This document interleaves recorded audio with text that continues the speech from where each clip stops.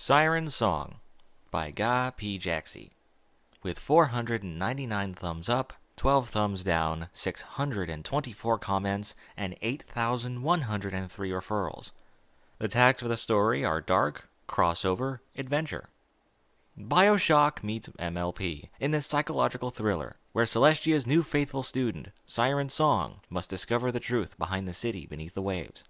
Beautiful, gifted, and faithful student of the Princess of the Sun, Siren Song has very nearly everything a pony could want. Sometimes, though, in the twilight hours, Siren can see the sadness in her mentor's eyes.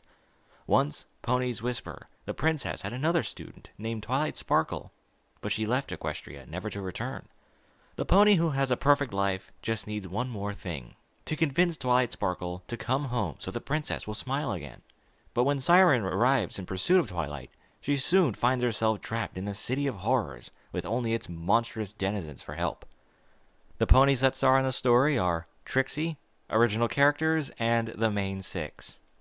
Letters from the Deep, with 346 words. Dear Princess Celestia, it has been some time since I wrote you. I imagine that you did not expect to ever hear from me again. Much has changed since last time we spoke. I have changed. I wonder, will you recognize me next we meet? Will you recoil? Perhaps yourself eternal, you are used to others changing around you. You lied to me, Celestia. You called me your faithful student. You told me you would always be there for me. I'm not sure I can forgive you for that, but I understand why you did it. I know what you were trying to protect me from. I'm rambling now. I suppose I owe you some explanation of where I've been all this time.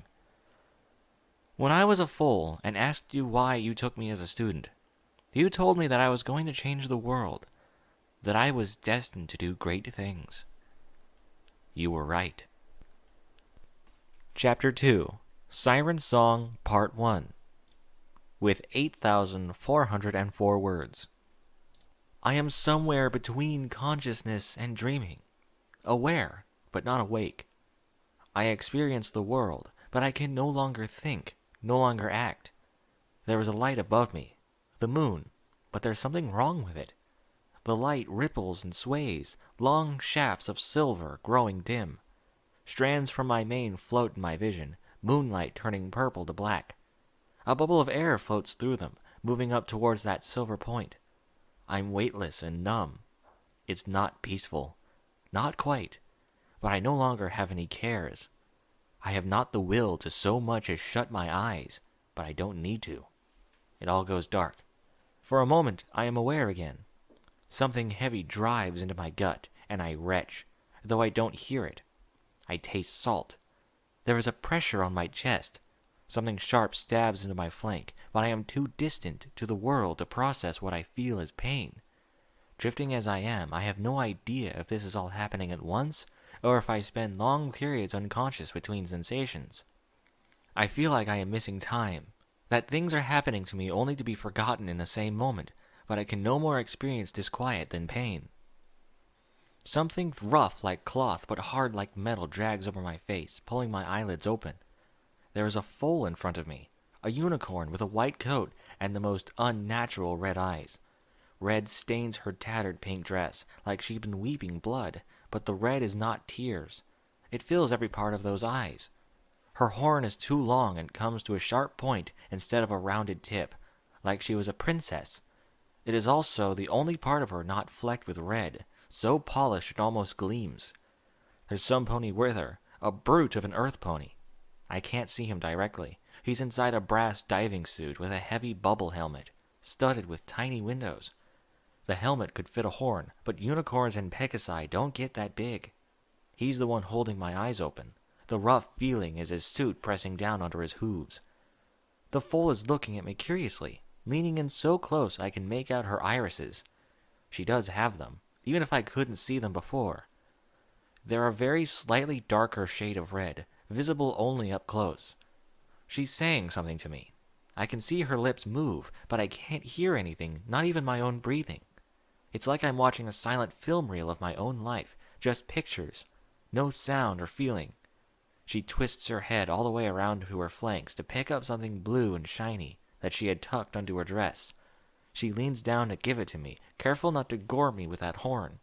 She's still leaning towards me when that stallion in the diving suit lets go of me, and my eyes shut. Sound is the next sense to return. An indeterminate time later, I can hear the lap of ocean waves around me, the sound of a fire crackling above me. There is no feeling of heat, though, and in the first embers of a thought, that strikes me as strange. That thought occupies me for what must be hours. I notice the sound, think of the oddity, and then lose the thought like water through a sieve, only to repeat it all again. Acuity comes with the chill. The fire's energy dances across me, but my skin is left cold. I try to squirm, and find I can't move, and that fact sets off a dull kind of alarm. The pain that has patiently lurked in the back of my mind abruptly snaps to the front, and I start to violently shiver. Truth comes to me in a sudden surge of awareness. I'm so cold that I've gone numb. The fire feels chill because its heat is all that's giving me a sensation. I'm going to freeze. I'm going to freeze! I try to move, sit up, do anything, but my limbs feel like they're trapped in tar. I need to move. I need to move, or I'll die.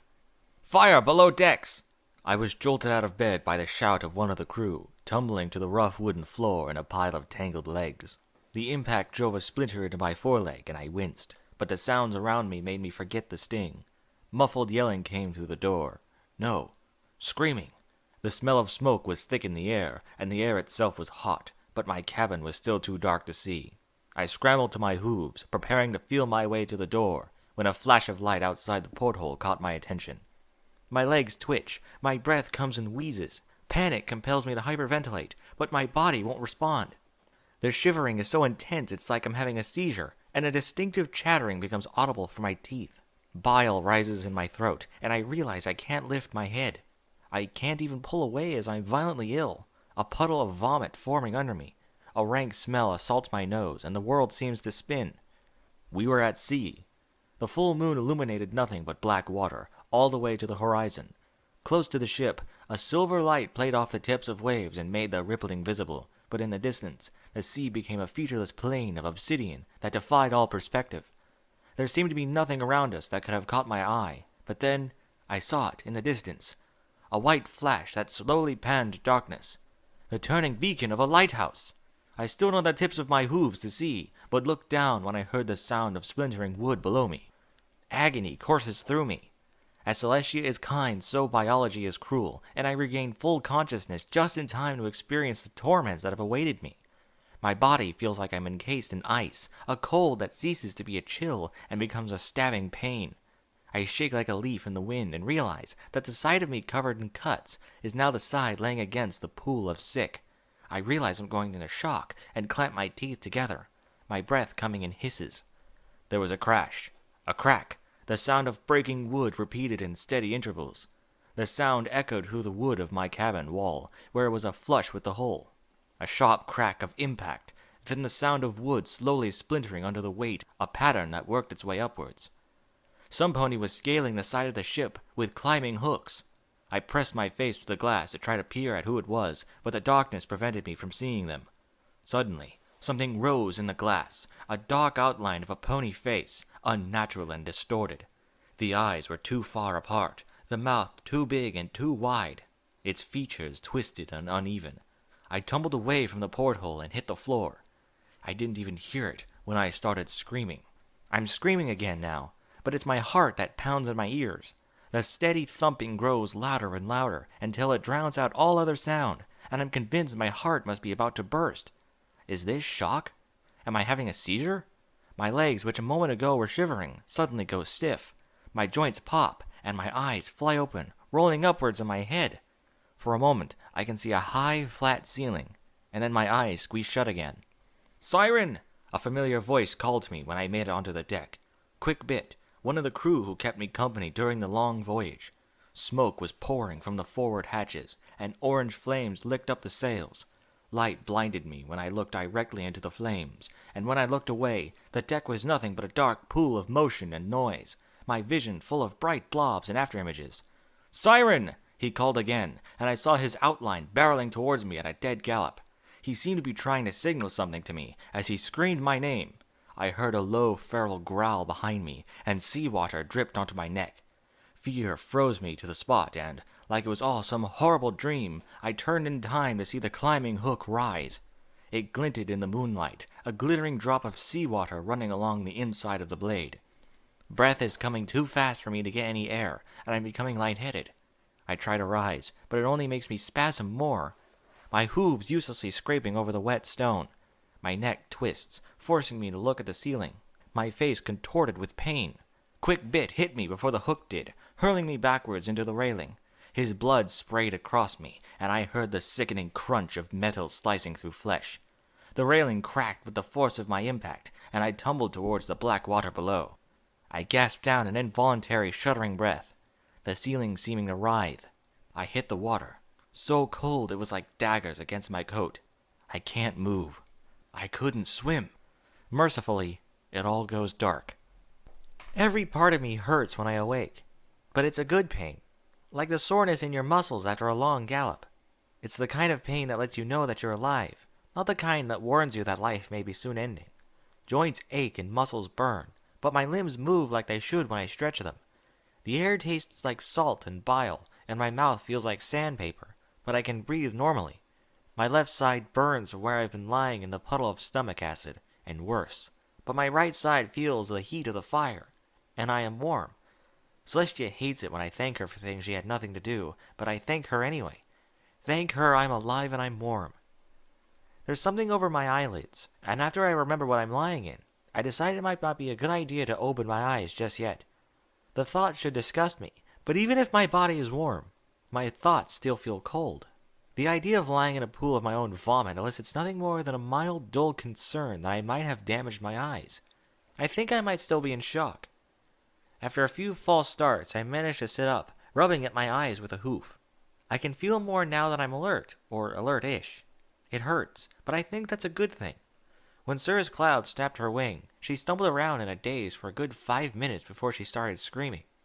Better I hurt a little now than feel fine only to discover that my horn snapped off. I fumbled at my forehead with a hoof. Horn's still there. Right. There's a strange rhythmic pounding in the air. Quiet, but omnipresent. It makes the floor tremble ever so faintly, and me as well. I have no means to tell the time, but it seems that pulse comes about once a second.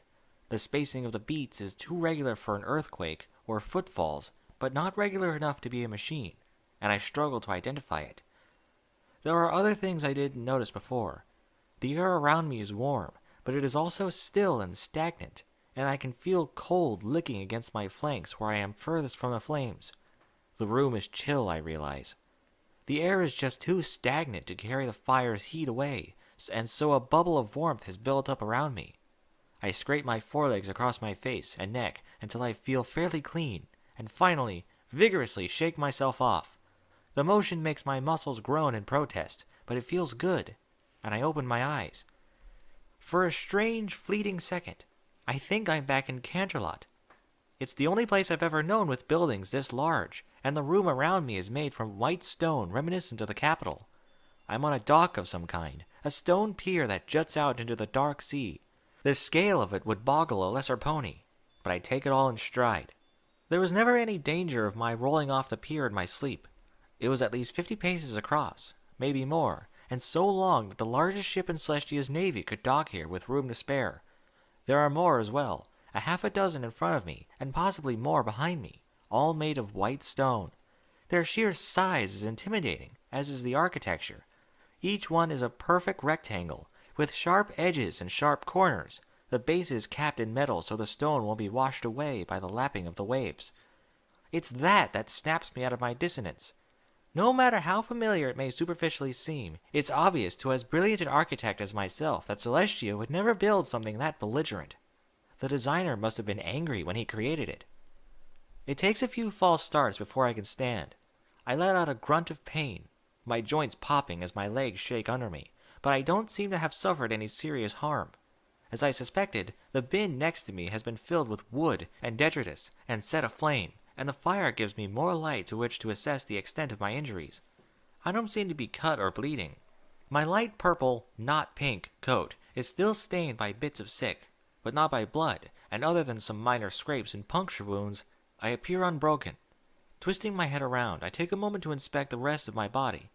My cutie mark, a set of musical notes and a silver star, seems to be the only part of me that emerged without so much as a scratch, resting unblemished on my flank. My bright red, not pink, tail is waterlogged, but likewise appears no worse for wear, and a few flicks restore it to its usual stiff shape. One more quick pat of my head to confirm my horn is still there completes my self-inspection, and I allow myself to take a slow breath. In a way, taking careful stock of myself has been calming. It is something that I can do, to feel more in control and indulge in my analytical side. Now that it's done, though, I can feel panic starting to rise in me again. Quickly, I stumble over to the edge of the pier, focusing on the here and now to keep fear from overwhelming me. I'm covered in vomit and worse. I need to clean it off. I can hear my heart pounding in my ears as I kneel by the edge of the stone, out of time with the slower beat of the building and its strange lights. I reach down to the water so I have something to wash the grime off with, bracing for how cold it will be. My hoof bounces off the water. Given the circumstances, it's entirely reasonable that I leap back with what might otherwise be interpreted as a squeak of fear, scrambling away back onto the stone. After a few moments, I bravely crawl back to the pier's edge and reach my hoof down, more slowly this time. As it nears the water, I can feel a tingling in the air, like when I shuffled my hooves on the carpet. And finally, my hoof meets an invisible barrier just above the surface of the waves. It's like touching a taut sheet of fabric, except that it won't yield no matter how much pressure I put on it. That tingling static feeling rises and falls with the rhythm of the building and the pulsing of the lights. Strangely, this calms me again. It's a puzzle I can sort through. I think back to Celestia's lessons on magic, wishing I'd pay more attention to the boring parts. After a few moments, I shut my eyes in concentration, and my horn comes alight with its usual fuchsia, not pink, glow. A faint beam shines down from my horn towards the water, and where it strikes, a shimmering barrier becomes visible, stretched over the water's surface. Then the magic from my horn fades, and I sigh and relax. Okay, I murmur to myself, and although I'm not whispering, the sound of my own voice is a shocking break from the stillness around me. Big force field. Right. Probably to stop any pony from falling into the icy water. The thought occurs to me that it must take a very gifted unicorn to keep up a barrier this large, and that even then, it probably requires regular recastings. I rise from where I kneel, scraping more of the gunk out of my coat with a hoof. Right. So, some pony must keep this place up, and they probably know how I got here. So all I have to do is wait for them to come back. I glance around the room, swallowing. Right. Looking around the room doesn't fill me with confidence in that theory. I make the mistake of looking left first. That casts my gaze away from the pier and into the bulk of the room, the space that would be used to load and unload cargo. The room is an unadorned box on a massive scale, but it is far from empty. The tattered remains of a garish shantytown stretch out before my eyes for hundreds of paces. Ruined tents stitched together from bright cloth, broken and abandoned crates, and piles of litter and refuse lie scattered everywhere on the once gleaming white floor. I realize that the foul, salty smell in the air comes from the camp as much as the ocean, and my nose wrinkles. That little flash of disgust feels good, though, a break from the chill. I think I'm waking up. Or maybe they're really good at force field spells and haven't been back here in years. My heartbeat is picking up again, and I shut my eyes, forcing myself to draw slow breaths. It's okay, Siren. Some ponies still saved you. Princess Celestia will save you. You'll be okay. That doesn't quiet my fears much. I don't think I'm buying it, so I throw a little commanding kick into my tone. Now, you're going to open your eyes, you're going to carefully look around the room for anything you missed, and then you're going to deal with it like the intelligent and capable mare you are. I let out a trembling breath and draw it back in.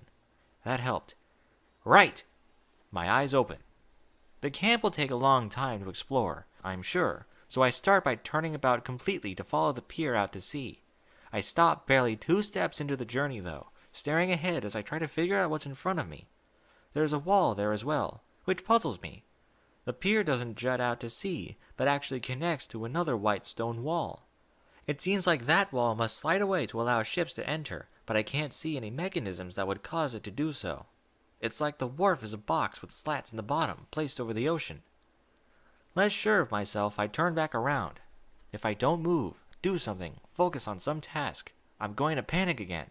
I set my hooves in motion without thinking where I'm going, and after a moment, decide I'm exploring the shantytown. As I move down the pier, my thoughtful side takes over, and I look more closely at the room around me. Glancing up, I can see that the ceiling completes the box I'm trapped in. It's perfectly flat and featureless, save for the evenly spaced glowing strips that illuminate the chamber and pulse with that omnipresent pounding.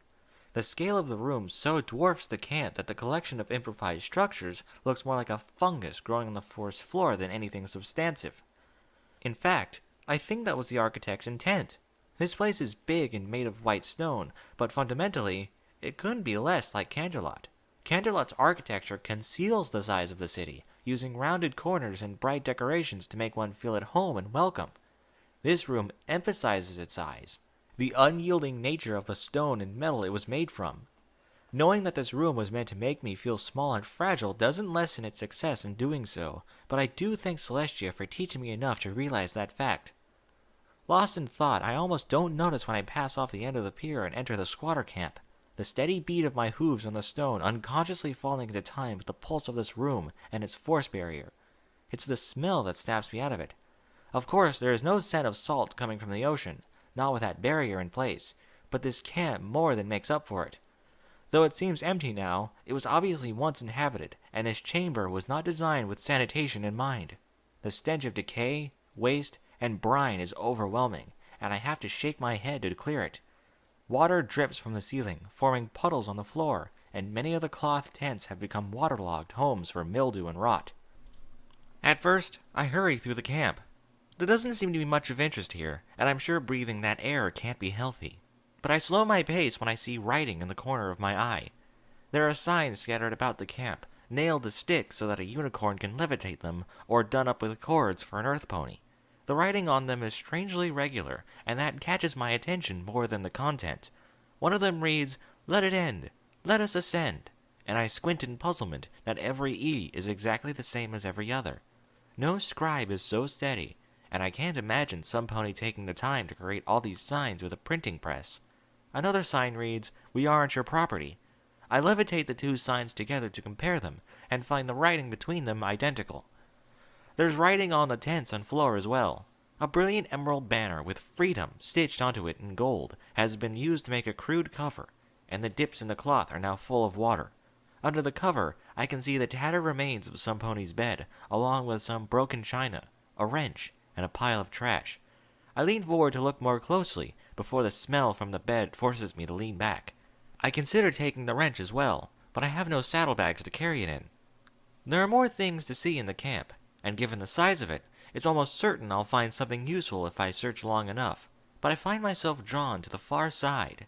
In the distance, a commanding set of stairs seems to rise out of the camp towards a strange square door, made of steel and covered in markings of some variety. A statue has been carved into the wall above the door.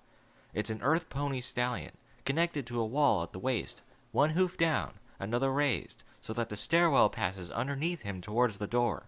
He's handsome, and the sculptor made him look hard and resolute, but he seems to be faintly glaring down at the room, like that raised hoof might fall to crush anyone who tried to move past him.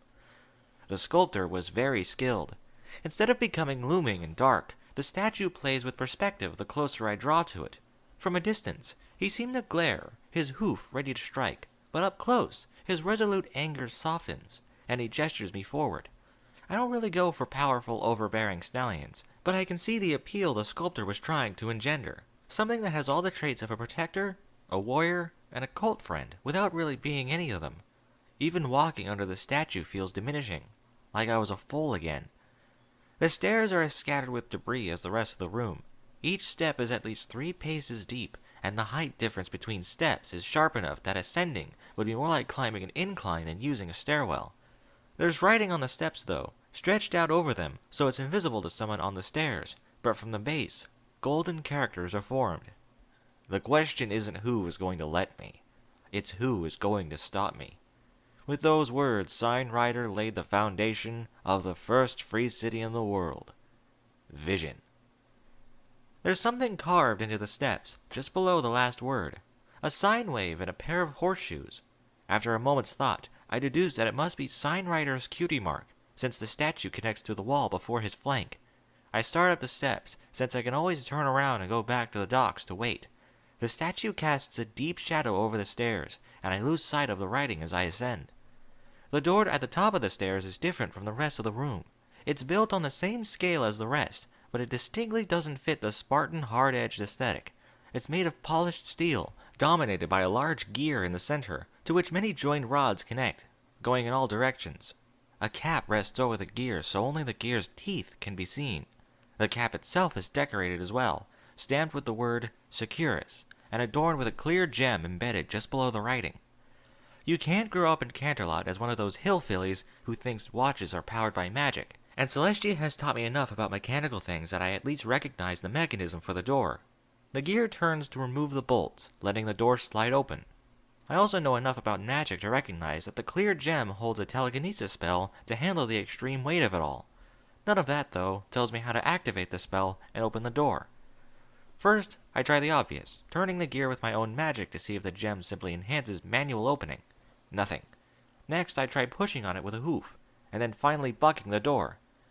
It occurs to me that steel is hard about the same time that I decide, for unrelated reasons, to curl up on the floor and whimper like a little filly. The shock of impact hits me so hard my eyes water, and every beat of my heart makes my ankles throb. I actually have to feel around to make sure my hooves aren't cracked, but they aren't, and for all that it hurts, I have to laugh. Not your brightest moment, Siren, I say to myself through the pain, gently flexing my rear legs as life flows back into them. It takes a few minutes of that before I can wipe the tears away and get back up, but no insights come to me in that time. I spend a few more fruitless minutes examining the door, trying to divine some secret mechanism I hadn't noticed before, but it comes for naught, and I shake my head and turn away. Time to take a different approach. Right, Siren. You're the kind of pony who would build a room like this.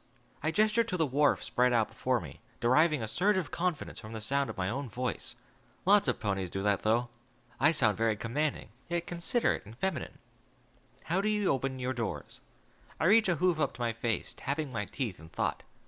Okay, I'm a stallion who builds statues of himself with pithy quotes below them. Really good statues. I'm compensating for something. For a moment, I pause, as my mind flashes back to Celestia's lessons on understanding ponies and art. The pony who made this room was an artist, I'm sure of it. No common pony could have made this space. No, the statue isn't the center of attention. It's just one part of the room making every pony in it feel overwhelmed. It's not about my ego. I have a point to make, and that point is... I tap my teeth again, eyes going to the floor. Who is going to stop me? I turn back to face the door. The door isn't a who. What's going to stop me? The thick steel gleams in front of me, but I hardly see it. It's just a mechanical convenience and hardly relevant. Fear of approaching the stairs at all. Fear of this room. Doubt? Giving up? I look up at the door, drawing a deep breath. Open! I shout, but nothing happens. Activate! I try, but again, nothing. Lift! Unlock! Turn! Let me pass! I wince, when I realize my obvious mistake, completely missing the point of the piece. The door doesn't need to let me do anything. Get out of my way! I bellow, my voice echoing through the vast chamber. Slowly the gem lights, and as the gear starts to turn, a grin appears on my face. Oh yes, Siren, you are good. I grin, doing a little dance with my forehooves. You're gonna be back home safe, and as the bolts slide out of position, and the door slowly lifts, something dashes out from under the door, rushing towards me. Adrenaline surges through me, and I shriek, scrambling away from the door and blindly beating at it with my hooves. I don't recall shutting my eyes, but when I open them, the rat is giving me a very confused look just out of the reach of my hooves, and after a moment, it scrambles past me down the stairs. Quietly, I lower myself back on all four hooves, and while I'm quite certain this room is abandoned, I look around to make sure no pony saw that. I clear my throat and trot ahead through the opening door. The space on the other side is just the inverse of the room behind me, designed to knock me off guard. A stubby, featureless corridor splits into a collection of claustrophobically small passageways, seemingly twisting off into 100 different directions. None of them are labeled, and the plain white stone is adorned by nothing but the pulsing strips of light on the ceiling. This is redundant, you know. I speak to the creator of the space as I pick a corridor at random and trot down it. They all go to the same place, I'm sure. I get it. I've just gotten off the ship. There's a press of ponies behind me. I have to go down one corridor and I don't have time to pick. The shock of the sudden change makes me feel uncertain. There are ponies yelling at me in confusion. You're trying to make me feel helpless and indecisive. Talking to myself conceals the slight tremor I feel when I pass out of sight of the main chamber, now enveloped entirely in a corridor that couldn't fit 2 ponies abreast. My hoof splashes into a pool of icy water, and I look up to see the ceiling is dripping. I pick up the pace, but only because there's no reason not to. No, better. You're trying to make me feel ashamed that I'm helpless and indecisive. I'm wise to your game, writer. This corridor is going to lead somewhere beautiful. Then you're going to show me that all the corridors go to the same place, and there's going to be a little sign saying, "Well, aren't you stupid for making a big fuss out of picking?" Ahead of me, the corridor twists and turns so that I can never see more than a few dozen paces ahead of myself. I keep waiting for the end, but all I can hear is the splash of my own hooves in the puddles and the faint beat of the lights overhead. It's a really obvious trick, I assert, just to make myself clear. The passageway distorts sound, giving the false impression that my hoofbeats are coming faster. Cold water splashes against my undercarriage as I trot through a puddle, making my tail lash as I shiver. Very unsubtle, just like a stallion. I try not to be sexist, but I can't think of anything else to say. The corridor continues to stretch and wind ahead of me. I pick up the pace to a canter. "It's a cheap trick, too," I call out, my voice echoing up and down the pathway around me. Big to small, distant to up close, shock is the most plebeian form of art. I bet the room on the other end is going to be really colorful, too, just because you had all this plain white stone. The lighted strip above me is humming, but the beats seem to be coming faster than they were a moment ago. My ears fold back, and I can't tell what direction I'm facing. The corridor weaves back and forth, but each twist is not quite the same angle as the one before it. Instinctively, I look over my shoulder to orient myself. Somewhere behind me, I hear water splash. I break into a gallop. "It's just the ceiling dripping," I say. My hooves make a steady beat against the corridor. The walls whip past me, moving so fast I have to lean into the curbs. "It's just the ceiling dripping," I repeat, the rhythm of the lights matched by the growing pounding in my ears. "It's just the ceiling dripping. It's just the ceiling dripping. It's just the ceiling dripping." I'm panting the words out, struggling for breath. Ice water splashes against my legs as I run through puddles, spraying my chest and belly and running down my tail. Rushing around another bend, I see a flash of bright blue in the distance. Another banner, like one from the camp. As the tunnel straightens, I put on a burst of speed, and the exit appears as a dark square ahead of me. I almost leap the last few feet, sliding to a stop as I exit the tunnel mouth. I'm on the lowest level of a promenade many stories tall. In front of me are vast windows that contain no glass, just the faint pounding of those force fields. Bright banners hang between each one, decorated with sign writer's cutie mark and a collection of words like freedom or plenty. Garish merchant stands fill the space in front of me, containing a dizzying array of goods. It's exactly what I predicted. Except that it's all horribly wrong. There's nothing outside the windows but a murky darkness in which fish can sometimes faintly be seen. The realization that I'm underwater hits me like a physical blow, and my eyes go wide when I see the walls between the windows are cracked and have sprung leaks. The banners are tattered and moldy, the merchant stalls upturned, everything inside them rusted, rotten, or broken. The entire promenade is under a hoof's depth in grimy, oily water, and the graffiti covers everything. I see a dark red splatter against one wall, used to spell out revolt against the white stone. The splatter pattern on the wall is distinctive, and slowly my eyes are drawn down to the floor below it. The remains of a mare are in water there, hacked to pieces and decayed. She's dead. I need to get out of here. I need to get out of here. The pounding in my ears drowns out all other sound, and my breath comes so fast I'm suddenly lightheaded. I try to run, but my legs tangle each other, and I fall down into the water. I don't realize I'm screaming until I feel the water spray around my mouth, and then I can hear it. I'm screaming and can't stop. The taste of oil and far worse things flood my muzzle, and when a desperate breath sucks water down into my lungs, I start to choke. I know I'm flailing, but I'm helpless to stop as I try to do something, anything to get my head out of the water, spitting the grime back up as I retch. The difference in height between the passageway and the promenade doesn't even make it to my ankles, but I grab on like it was a life raft, pulling myself out of the water and onto the hard stone with all the desperation of a drowning mare. Oh no. Oh, please no. I can't be here. I can't. It can't. This isn't real. Please tell me it's not real. The fact that Quick Bit and the rest of the ship's crew are dead suddenly surfaces from whatever crevice in my mind it was hiding in. I tell Celestia I'm sorry I ever left the palace, that I'm sorry I ran away. I curl into a ball and shiver. I promise I'll never disobey her again if this can all just turn out to be some horrible dream and I can go home. I just want to go home. I just want to go home. Celestia can't help you now, little filly. I look up like a frightened animal, scrambling to my hooves with a splash. My head turns left and right, wildly looking in every direction for the source of that voice, and the dark chuckling that follows it. My ears scan back and forth, the sound echoing around the promenade. It's deep, a stallion's voice, and the echo makes it hard to tell where it came from. I can hear water splashing around his ankles, somewhere close. Boo! I shriek and scramble away in the water, and he laughs, mere paces behind me. He's big, with a tan coat and filthy mane. For a moment, I think he's a unicorn, but that's not a horn on his head. It's a jagged kitchen knife stuck to a boxy metal hat with glue and wire. He's the most powerfully ugly pony I've ever seen, eyes not on the same level, jaw misshapen and bulging. His lips don't quite meet where he shuts his mouth, and his coat is stained by a line of black drool. Even through the terror, I feel the need to shun this hideous thing, disgust turning my head away and seizing my throat. His torso seems deformed as well, and a stunning collection of tattoos covers his body and chest. Flowers, gears, candles, and bats, no two of them quite the same, all painted onto his coat in exquisite detail. Oh, I saw that. And when his hooves lift from the water, they glitter.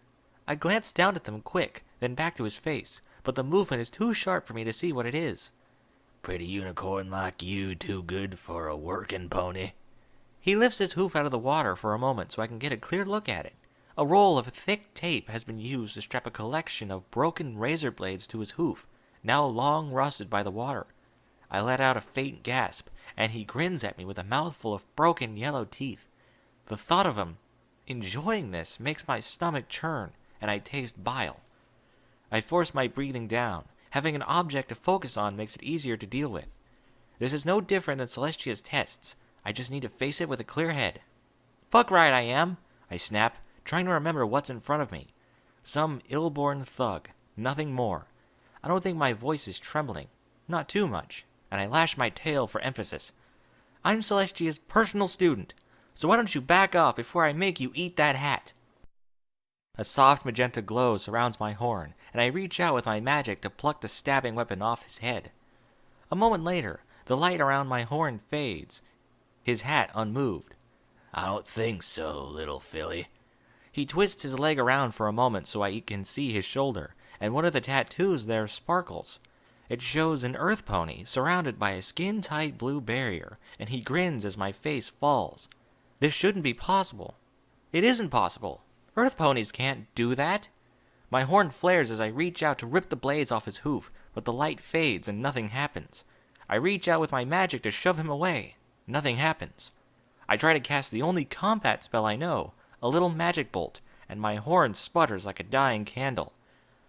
Don't worry, he assures me, taking a step forward with my magic's every failed attempt. I couldn't hurt a pretty little thing like you. He's so close now I can smell his putrid breath. See those grimy yellow eyes. Much. My horn shines again, grabbing the water around my ankles, and I all but shudder with relief when I feel it move. He has enough time to look down and squint to try to see what's happening before I hurl a jet of the oily broth right into his degenerate face. I turn on the spot and blindly buck behind me. I don't even know if I hit him, and my hinds no sooner hit the ground than I'm galloping.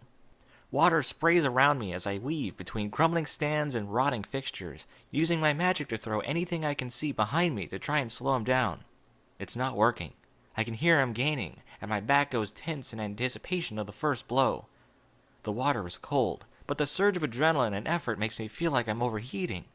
I drive the heat up to my horn, and it shines like it never has before, hurling the remains of a fruit stand behind me. I can't look. I'm not sure if it worked. No blow comes to my back, but I can still hear him gaining. There's nowhere to hide. The tunnels all lead back to the same place, long corridors for him to run me down in. The debris around us is either too heavy for me to lift or to throw, or useless as a weapon. I throw everything my magic can grab, and I don't even miss a step when I realize I picked up a corpse and hurled it over my shoulder. I start to shudder at the thought, but I can't stop. He's right behind me. Stairs flanked by banners rise up out of the water before me as we reach the end of the promenade. Some part of me takes bizarre satisfaction in noticing that another statue with a quote under it straddles the stairs, just like I predicted. A surge of energy rushes through me every time my wet hooves slip on the slick stone, and I'm certain I'm about to tumble back into that knife on his helmet. I can hear his hooves echoing on the stairs. I leap over the last few steps, galloping ahead without looking where I'm going.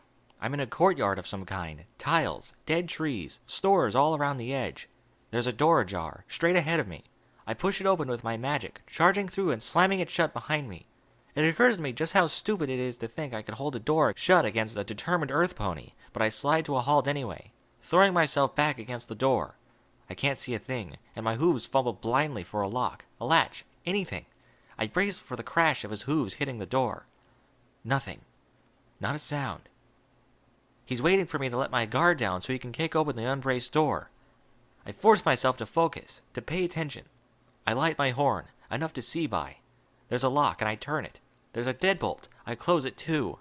I brace my rear hooves against the floor, and press my fore hooves to the door like I've seen earth ponies do when they push heavy things. I squeeze my eyes shut, my body shaking with attention, waiting for that shudder of impact. Nothing. He's waiting for something, and I won't be able to hold up this effort much longer. I'm not the kind of pony who runs marathons. My legs are already shaking. He's going to hear me collapse, know I'm not holding the door, and kick it in. I can't keep this up. I can't. Please, no, I whisper. Please, I'm sorry. I'm so sorry. My legs are shaking. The strength in them is gone. I'm barely holding my own weight, much less the door, but I keep pressing until my muscles burn. I realize I didn't check what was in this room before I locked myself inside. It could be full of thugs, monsters, worse. He's not pounding on the door because there's another way in. He's not pounding on the door because he's going to come up behind me any moment. I can hear sounds in the darkness around me. A door opening, hoof falls, things moving. I'm sorry. Please don't. I just want to go home. I just want to go home. My legs buckle under me, and I slump to the floor. It feels like I'm shaking, but after a moment, I realize it's sobbing. My face is already so wet I can't feel the tears. Do tears attract degenerate ponies? Is he listening to my sobbing, just waiting for the right moment? My back tenses as I curl into a ball. I can feel his hooves brushing over me. My horn touches the hard floor, and I can see the two of us facing each other. We're two lovebirds, my horn scraping over that blade in a gesture of affection. I want to retch, but I don't know if I can. I should have never left the palace. It's not fair. I just want to go home. I just want to go home. Chapter 3, Siren Song Part 2, with 9,180 words. It's raining outside. A real thunderstorm. The lightning frightens me, and my stupid Pegasi friends just point and laugh. My little hooves clip and clop against the stone of the palace floors as I hurry through the empty halls. No ponies here but the guards. They've all gone home for the day, and the palace halls seem wide and empty. The statues glare down at me as I pass them, and every crash of lightning makes me move faster. Not too fast, though. I'm not a little foal anymore. The princess's door looms up in front of me. It's impossibly big, hard wood and steel, and it feels old. I've seen it in old palace pictures and drawings, and I know it's the same door because there's a scratch right down the middle. I never asked Celestia how the scratch got there, but it's been there for centuries. I'm afraid to knock, like my hoof would break if I struck something that ancient. The lightning crashes, and my hooves are suddenly fused to the floor, unable to move or lift. "Come in, Siren," Celestia calls to me. I rear up onto my hind legs so I can reach the door handle, straining up onto the tips of my hooves and fumbling with it for a moment. I finally get the handle turned, awkwardly packing away on my rear legs until the door is open a crack. I drop back to all fours and nose the door open. I wish I was old enough to open it like the other unicorns. Celestia is working, curled up on her bed in front of the fireplace. Her room is huge, but that's just because it's built for her size. There's really not much in it, just a bed and a fireplace, and a reading stand and some hangings on the walls with funny star designs. The hearth is the only light in the room, and it casts strange shadows, making the hangings seem distant, like they were real stars instead of just cloth. Glancing down, I see the pile of scrolls and correspondence by the bedside, and that she pulled up the reading stand. The fire is blazing, and I can feel the heat even from the door, but she's left the window open as well, so she can hear the rain and lightning. Sometimes I forget that she's part Pegasus. I think she sees me looking at the window, because she asks, "Do you like the sound of the storm, Siren?" When she knows that I don't, I nod anyway, bravely, and I don't even jump that much when she shuts the door behind me. "Uh-huh," I insist, and she totally believes me. She even smiles. But, it makes my room really noisy and I can't sleep. Can I stay here with you? Well, a growing foal needs her sleep. I suppose you'll have to. Lightning crashes as she raises a wing, and I dart forward towards her. Celestia is like the door if it were warm and nice, old and super giant. Even when I'm standing and she's lying down, I barely come up to her shoulders. I know she hates it when the other foals and I run under her, and she double hates it when we use her as the last limbo pole in our super awesome obstacle course. But it's still really cool. She puts her wing around me after I curl up against her, and it's like being in a little dark cave. She's working, so she won't talk much, but it's okay. I press my hooves down onto the blankets and nuzzle up against her, squeezing my eyes shut. She's not that much like the door after all. They're both big and old, but the door doesn't move. Celestia is always moving, little things like breathing or adjusting to get more comfortable. Her barrel rises and falls with every breath, and her wings shift and squeeze. My ears perk up, and I listen. Paper rustles, and I wonder what she's working on. I press an ear to her side, and I can hear her breathing, the rush of air in and out. I can even hear her heartbeat, the regular thump pulsing through her sides and the wings around me. It's still raining, though, and I can feel the drops landing on me. I squeeze my eyes shut tighter, and I put my hooves over my head. "Princess, the rain is blowing in the window. Can you shut it?" There's no answer, and her wings press harder against me. Her heart seems louder, shaking her and me with every thump as her breath rasps. Icy water droplets sting when they hit my coat, and her wings do nothing to keep them out. "Princess, please?" She's never ignored me when I sound that cute before, but she does now, not saying a word as her grip tightens. "Princess, you're hurting me." The pressure against my sides is making it hard to breathe, and the water is chilling me to the bone. Her heart is pounding in my ears, making me shake with every beat. The bed shudders with every thump, like the sound of her heart was coming up through the floor and rattling the castle around us. I struggle, but she's so much stronger than me. "Princess, stop! Stop! Princess, please! Princess!" I wake up. I'm lying in a puddle of water, and my entire right side feels numb. My mouth tastes like salt and filth, and every muscle in my legs burns. I'm curled up so tight I know it would hurt just to uncurl, and so I don't. I just breathe, my eyes pointlessly darting around the pitch-black room. Am I okay? Did I imagine all of it? Did he touch me? My forehooves travel over my body slowly, feeling for every cut, every bruise, anything that wasn't there before. There's a cut on my side. Is that new? Does my horn feel nicked, scratched by a blade? Is that a hoof print I feel on my back? What about my tail?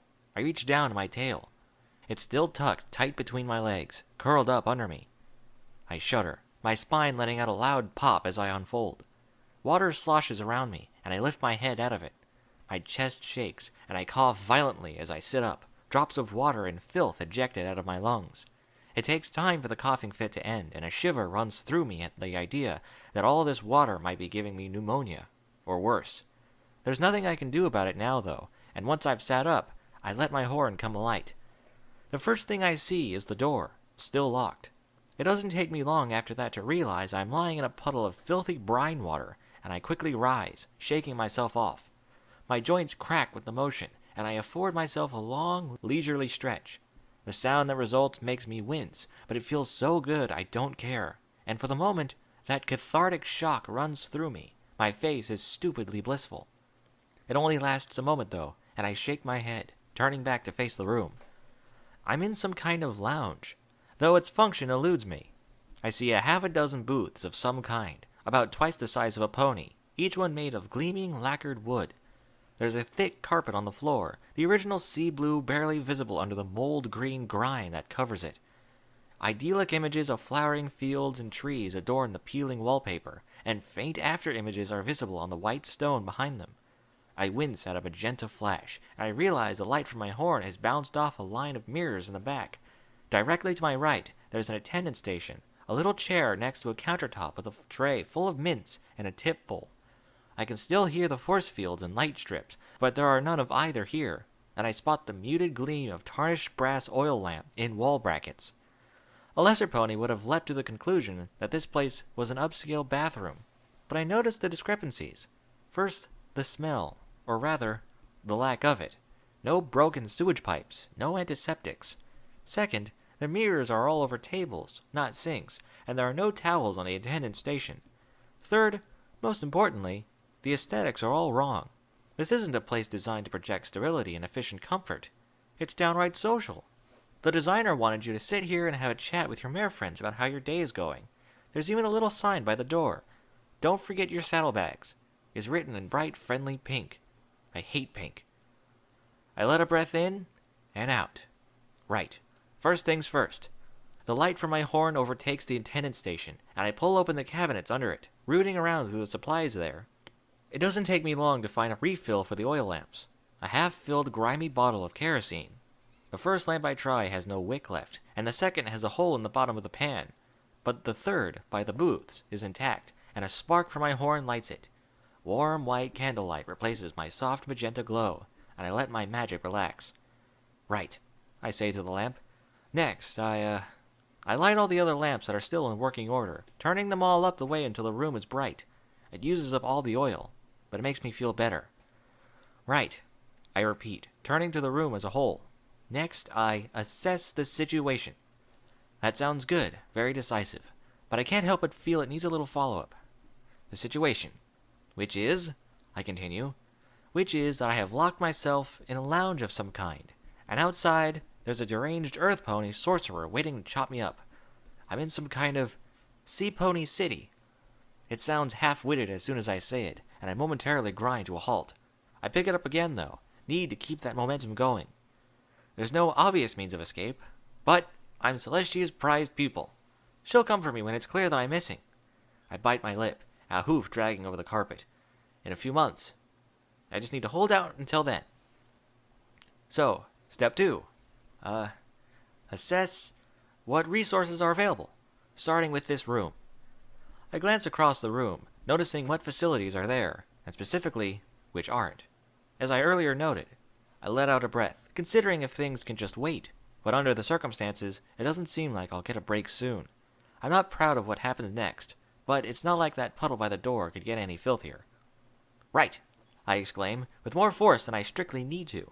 Step 2, assess resources. I turn to one of the stations and push the door open. For the most part, it's empty. Just a space for a pony to stand in with plenty of knee room. The only thing in it is at the far end, a life-size copper statue of a pony on a stand. No, not a statue. An automaton. I can see the gears and cogs beneath the smooth segments of its legs. It's sexless, its face featureless except for 2 glass eyes, its tail and mane made from actual hair that has long since faded. It hangs limply on its stand, limbs swaying faintly under it. I can't see a crank or other controls, but there's a hexagonal slot on its flank, like something is meant to be inserted there. Once again, I wish I'd paid more attention when Celestia taught me about magical theory. It makes me feel better to say it aloud. Right. Well, you obviously come to life. I glance at the heavy stand it's braced on, checking to see if it releases. From the look of it, it doesn't, connecting straight to the floor. You don't go anywhere, though. The designer wanted me to feel social around you, but being in the booth with you is private. You're pretty. I briefly admire the smooth, minimalist construction, but sexless, so you aren't a model for clothes or anything. All of which means I apply my razor wit and the whole of my training to the problem, looking over every detail. I mutter, furrowing my brow. I'd take a moment to reflect on the applicability of the dozens of intellectual fields I have mastered to this particular dilemma. I'll come back to this later, I decide firmly, resolving to be more efficient by gathering all available information before I waste time overthinking it. I step out of the booth, heading back to the attendant station. My stomach growls loudly, and after a moment to brush the dust off, I grimace and eat the pile of mints. It leaves my mouth feeling so dry and cold I worry my jaw might crack and fall off, but at least I can't taste the brine water anymore. A more thorough search of the supply cabinet proves fruitless. There's no potable water or helpful tools, just cleaning solutions, rags, lubricating oil, and some interesting but not immediately useful beauty products. I do take a moment to examine the bottles, noting the garish, faded labels. Crankshaft's Universal Machine Oil. Sparkle Enchantment's Automaton Restorative, now with pine scent. Pinkie Pie flavored cleaning solvent. Danger, not actually pie flavored. Highly toxic. Do not drink. All of the bottles have some overdone logo that matches their equally colorful contents. I wrinkle my nose at the last one. Pink is such an awful color. More importantly, though, none of these brands or manufacturers I've ever heard of. Not that I've ever cleaned anything before, but obviously none of this came from Equestria. Any doubts I may have had are dispelled when I pick up the bottle of Brilliant's Tail Shine, and a hot blush rises to my face when I see the label. Even though the label is faded and cracked, I can still see the mare on it quite clearly. She's shockingly pretty. Her tail and mane is such a rich green that the color seems to radiate out through the paper, and her pose is the sort of thing they wouldn't let you publish in Equestria. Although I can see her tail quite clearly and is indeed very shiny. I put the bottle back. Finally, I make it to the mirrors on the room's far side. Each one is a makeup station with an oil lamp over the mirror and a small countertop in front of it. I already know how filthy I must be, so there's no point in looking into the mirror, and I focus on searching the stations for useful items. The entire place is a mess, and the supplies have been knocked onto the ground and trampled. But between all 6 stations, I managed to find an unbroken comb, brush, horn file, scissors, a half set of horseshoes, and hoof clipper. I'm not completely sure how these are going to help me survive a crisis, but I've collected my tools. That's important. Finally, with nothing else left in the room, I look into the mirror. I squint. Ew. I feel the mints threatening to escape, and I hurriedly grab the brush and comb with my magic, trying to scrape off those bits of decaying. I shudder and brush harder, violently shaking myself off again, peering into the mirror to make sure I got it all. My light purple coat looks brown, my mane is tangled and twisted, my tail is dripping something black.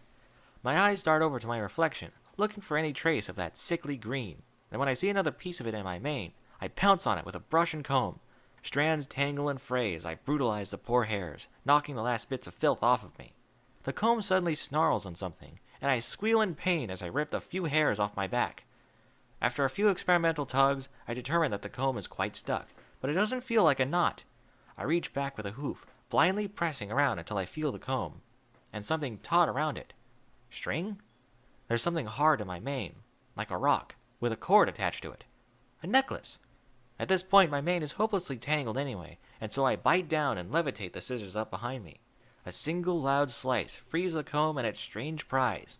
I levitate the filthy ball of hair and detritus in front of me, and it sparkles. It takes me a few moments with the scissors to free the items. I have to cut the stone at the end of the necklace from its cord entirely, and after some thought, I throw the rest away. It's a bright blue crystal, hexagonal and flat on both ends. I remember the strange foal and the pony in the diving suit, and cleverly conclude that she must have tied the stone into my mane so I couldn't lose it. Holding it up for a closer look, I can see that it's about as long from end to end as my hoof, and perhaps a fourth as wide. One end is unadorned, but the other has etchings that show a magic wand with a star on the end. The size and shape of the crystal is familiar, and I look back to the booth. So, the pony who saved me gave me this. They obviously wanted to help me, so they must have thought this could be useful. Picking a random door in a random plaza just happened to leave me with a device that this fits. I step back into the booth, and holding the crystal up to the slot confirms it's the right size. Obviously, these automata are very common, and this crystal will let me turn them on so I can escape. I slot the crystal into place, and it fits perfectly. Automaton! I give a decisive command. Help me escape! Automaton! Activate! I try again. Turn on. Come to life. Obey! Fire up? I pull the crystal in and out, tap it with a hoof, and try to energize the machine with my horn. I try the crystal in the other booths, inspect it for cracks or other damage, and dry it off just in case it's water sensitive. I rifle through the attendant station again for tools or other parts, and read all the labels on the bottles just in case one of them lists Crystal Recharger as a feature. Finally, I come to the inescapable, obvious conclusion. The machines are broken. Fine, I declare to the machine, resolute. I'm a unicorn. Your magic. How hard can this be?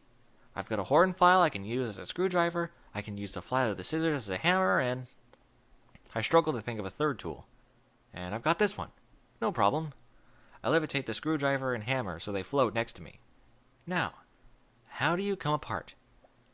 Sometime after I break my hammer and screwdriver trying to get into the stupid machine that was designed by ponies who couldn't get a date, it occurs to me that the crystal probably goes in with the mark facing outwards, so it looks like the automaton's cutie mark. It's completely non-obvious and the example of really bad design, but I managed to figure it anyway. Quickly. This time, when I put the crystal in, it starts to shine, and the automaton twitches sharply. I step back into the open part of the booth, as its limp legs stiffen into a resting posture, its head gradually tilting upwards. Its glass eyes shine in the lamplight, and it turns to look at me directly. Inside it, I can hear something spinning up, a quiet mechanical whirring that grows steadily faster. Now, I begin, with an entirely understandable frustration. I order you to... Who is so ignorant? The machine bursts out, its voice artificial and mechanical, yet also distinctly aggressive and feminine. As to speak thus to the great and powerful GaPJaxie. I jump back as the automaton rears up, momentarily forgetting that it can't actually leave the stand to get at me. Do you not realize that you are standing in the presence of the most magical unicorn in all of vision? No, sorry, I stammer, though privately. I wonder how anything without a horn can think of itself as a unicorn. I thought you were just a golem, I swear. There's a pause while GaPJaxie absorbs my thoughtful apology, lowering herself back to all fours. You're kidding, right? She asks, with a wholly unnecessary and mean-spirited level of sarcasm, tilting her head as she leans in to peer at me more closely. When you listen to records, do you wonder about the tiny musicians living in the machine? Hey! My cheeks feel hot for some reason. How should I know anything about automata or talking machines? I just got here and GaPJaxie isn't the wire doll, you ignoramus. She points at me with a hoof, just in case there was any doubt as to who she was unfairly criticizing. GaPJaxie is controlling it remotely because it is marginally more convenient than shouting clear across the city. Now who are you, and how did you get GaPJaxie's token? I take a moment to collect myself, putting a determined hoof forward, looking her in the eye and stiffening my posture. She'll respect a good, authoritative posture. I'm Siren Song, personal student of Princess Celestia, and I demand, I emphasize it with a good regal point that uses the full foreleg, you tell me where I am. A derisive snort was not the response I was hoping for, but things rapidly improve as she follows it up with a dubious, You're Siren Song. Doubt I can deal with, and she knows who I am. GaPJaxie leans forward to look me over more closely, the wire doll's head sliding back and forth. Finally come home, have you? Her tone sinks into a scathing sarcasm. She has a very good technique, obviously formally trained, and her words manage to sting even when I have no idea what she's talking about. GaPJaxie thought you would be taller. Yes, I am Siren Song, GaPJaxie. I throw the name back at her with just the right amount of practiced disdain. I need to knock her off balance. And I'll thank you for watching your tone with me. Since arriving, wherever we are, my ship has been attacked, and I personally have been frozen, drowned, and assaulted twice by the most degenerate vandals ever to dwell under the sun. Now I'm stuck in some disgusting slum, and I lose the momentum for a moment. And I demand you send someone to get me to safety. GaPJaxie pauses and leans back from me, and I can tell she's lost in thought. At first, that seems like a good thing, but when she answers me, there's pity in her tone. How did you end up in Serpent's Wharf? The combination of faintly lowering her voice and tilting her head is very effective, and I feel a shiver run up my spine. The thought that it might be genuine pity sends a much stronger shiver through me, and I answer quickly. I infer that you mean the slum in which I find myself trapped. I cover my bases, my voice cracking in the completely unprofessional way, as I add, I don't know. I clear my throat and press on. My ship was attacked, and I was knocked overboard. I woke up in a shanty town of a dock, and when I was recovering from hypothermia, a strange filly gave me this crystal to activate the machine. Then this hideous thug chased me in here and... I swallow quietly, lowering my voice as it occurs to me he might hear me. I locked myself in. GaPJaxie doesn't answer right away, and I use the pause to rear up onto my hind legs, peeking over the top of the booth at the door to the lounge, just for a moment to make sure it's still secure in its frame, and that no pony has tried to pick the lock or try the handle. When I lower myself back down, the wire doll is giving me a close look, but its body language is flat. I wish it had an expression I could read. Finally, she leans back. Why did you come here? I didn't mean to. My ship was attacked, and She silences me with a slashing gesture across her throat. We are in the middle of the ocean, and far from any trade routes. Lie to Trixie again, and Trixie will end the wire and leave you to the mercy of whatever's outside that door. Her tone is like ice, and I've gone pale before it even occurs to me she might be faking. It's true! I was looking for Twilight Sparkle! Trixie's pose stiffens, and she raises her head faintly, ears perking up. You might have heard of her. She was the bearer of the element of magic. I found out that she was also Princess Celestia's student once, but that they had a fight and she left Equestria. The wire doll doesn't move when I trail off, those glass eyes boring into me, demanding more. I was just looking for her to try and get her to mend the fence with the princess. The official records about her are redacted, but I did some digging, and I found a ship whose captain said she once paid him to take her to a lighthouse out in the middle of the ocean. So you decided to follow her. Trixie lowers her head and shakes it faintly.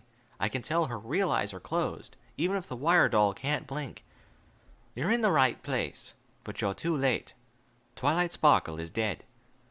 After everything I've seen today, that shouldn't even register, but it does. This was all for nothing. I really shouldn't have ever left the palace.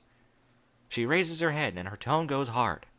Trixie will only explain this once, Siren, so listen carefully. She sits up, back arched, head lowered so she looks down at me. I recognize the posture from Advanced Stagecraft and Expression. It's Authority Figure Commands Novice Number 3, and it's supposed to make me pay attention, which I do.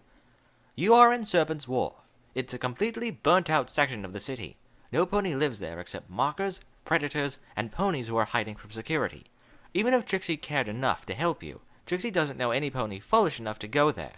You'll have to fight your way out on your own. I'm an artist, a student. I can't fight a bunch of markers. I assume it's a reference to a colorful and obviously magic tattoos that Thug was covered in. Then they'll kill and rape you, and if you're lucky, they'll do it in that order. My mouth falls open, and I look back to the door. I think I heard something outside it. Do you want to live? Trixie demands, leaning forward till her nose touches mine. I forget she was copper. The chill of the metal sends a shiver through me. I can't look away from those glass eyes. My own are starting to tear up. Do you want to live? She shouts, her voice echoing around me, carrying out the door and into the promenade. There's no way he didn't hear that. He'll be here any second.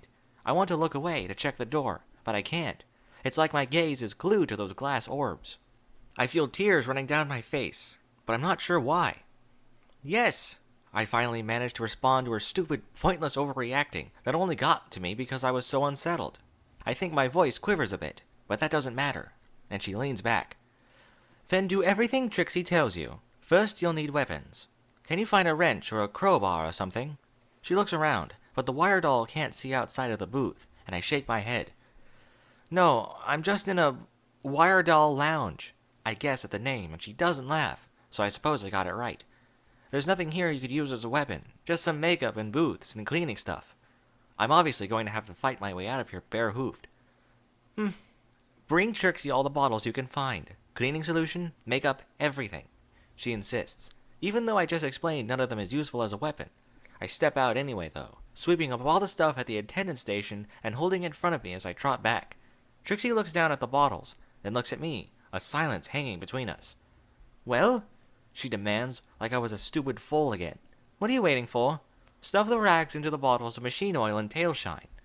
Like that was supposed to somehow be obvious. I do as she says, waiting for her to berate me for not knowing how to perform the secret dance of thug repelling. There, done. Now what? I demand, but Trixie only faintly sways her head. It's a strange gesture, one I can't quite figure out, and she quickly follows it up with a sigh, her face sinking into a hoof. Wait, was she trying to roll her eyes at me? Trixie has been away for so long. Trixie forgot how pathologically peaceful ponies from Celestia's domain are. She says that like it's a bad thing, and I'm about to lecture her on the importance of kindness as a virtue, but what she says next takes my breath away. Use your magic to light the rag on fire and throw it. When it hits something, the glass will break and throw flaming oil everywhere. If some pony gets too close for that, throw the acid in their face. I know that my mouth has fallen open again, but it hardly seems important. I'm at a loss for words. This sadistic, sick monster of a pony just suggested that I maim some pony with acid and burn them with oil. Scar them for life. Just because they want to rape and kill me. Celestia wouldn't approve, I whisper, looking down and hoping she won't hear. She does hear, though, of course. She does. That awful witch of a pony. The sun doesn't shine here, Siren. Are you willing to die for Celestia's principles? She's awful, cruel. She enjoys seeing me this scared, seeing me flinch every time she yells. I can tell. Just like that pony out there likes seeing me afraid. No, I squeak. This place is horrible. Then do as Trixie tells you. She leans back, reaching her hooves out to gesture as she talks. The elevators around you are broken. You will have to use the maintenance stairs. There are 3 stairwells marked with red stripes, but they are all at the far end of the promenade. It doesn't matter which stairwell you take, but you must take it all the way to the top. Do not stop at any of the interim levels for anything or any pony. If any pony gets in your way, kill them or run. Do not stop before you reach the top. She pauses in her gestures, looking down at me. Do you understand? What? I croak, forcing the words out. What happens when I reach the top? You'll be near the basement of Artemis Suites. There will be signs pointing the way. Trixie knows a few holdouts who have refused to leave. Trixie will wire ahead to let them know you're coming. Get into the suites building and look for suite 017. Got that? She can't help but add a slight little put down at the end, like I honestly was too dim to understand what she just said. I hate her. Suite 017. Got it. I parrot back, and she nods. Take the token with you. You'll need it. Oh, and remember, if you get in trouble... I crane forward for some single word of encouragement. You can use the broken bottle as a weapon. Thanks. I nod, not sure what else to say. I guess that's it then. I don't want her to go. Not yet. And I reach out for the wire doll. Is there anything you can do to... The crystal pops out of the machine with a mechanical whine, and the doll goes limp, slipping back onto its support pole. I guess not, I murmur, pulling the crystal out, levitating it and the bottles back to the countertop. I should feel... I don't know. Sick? I should feel disgusted by that awful pony. All I can think about is the wrench I left on the ground because I didn't have any saddlebags. Stupid. I'm not making that mistake again. I reach out with my magic to grab the broken scissors blade and stab it down into the first dry patch of carpet I see, grabbing the edge and yanking hard. A long strip of the blue-green fuzz rips itself out of the floor, and I yank and stomp on the end of it until it snaps off. I kick all the stupid junk off of one of the countertops and press the carpet strip down onto it, so I can cut it with the blade. 2 long cuts later, the machine oil bottle fits snugly onto my new belt. I make spaces for the rest of the bottles and Trixie's token, and then tie the band around my barrel, right where a saddle would go. The carpet fuzz feels greasy against my coat. Evidently, it wasn't as dry as I thought. Right! I look down, taking an inventory. I've got 3 bottles of things that burn, 2 bottles of acid. I look back up at the mirror, grab one of the horseshoes, and smash the stupid ugly thing to pieces. And a knife, I finish, using my magic to pick up the largest shard of broken glass I can see. I turn back to the door. Right, I assert bravely, adding, nobody's going to buck with me. I look at the mare on the edge. That inbred ruffian will probably wet himself when he sees me coming. Just for good measure, I add another, right. The door is still there. I have to straddle the filthy puddle to reach out for the bolt.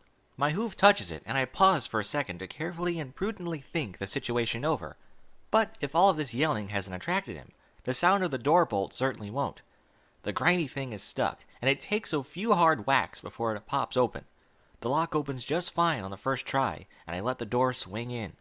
I take a second to look around, just in case he's waiting for me. Then I step outside. The room is a jungle. The first thing I see when I step outside is the tail end of a statue whose legs I ran under. But that's not the room. That's just what's in the room. The room is elevator shafts, made from skeletal brass beams and glass, so you can see and admire every cog that makes the lift move. Around those scattered trunks are circular platforms where emerald banners hang like leaves, letting ponies off onto the floors, and floors of stores and businesses that must stretch 10 stories above me. The cables and walkways that connect it are all a labyrinth mess, but that just brings to mind vines, the ponies like little forest animals scrambling along them. It's raining, and the drops take a steady pitter-patter on the leaves on their way down. I can see this place, and it's beautiful. A jungle like none other. I can only see it in my mind, though. The real jungle is dead and rotting. Most of the stores are abandoned and boarded up. The rest have been looted and vandalized. The elevator mechanisms are visibly damaged, and a few of the cars are ajar in their shafts. The rain that makes that perfect sound is seawater, running out of open doors and broken windows before it falls to the ground. There was a real garden at the bottom level around me, but the seawater has choked it out, and all the plants and trees are lifeless husks. It's not the time to be stopping to admire the sights, There doesn't seem to be anybody else here, and the air around me is quiet, other than the dripping water. So I move forward. The statue is impressive, and when I pass under it and glance up, I note that the designer wasn't too shy. There's a few other details due. I don't think this was the same sculptor as the other statue. It would hardly have mattered if he had censored it, though. While the statue's pose isn't suggestive per se, one move forward glancing down at the crowd, it's domineering and masculine enough that you can imagine a mare swooning in front of it. The kind of mare I try not to associate with. On the way past, I turned briefly to see the quote I didn't have time to read coming in. Every pony builds the world in their own image. They have the power to choose, but no power to escape the necessity of choice. I frown as I read the words aloud. Some pony has scrawled, "No right choices" across the statue's chest in bright red paint.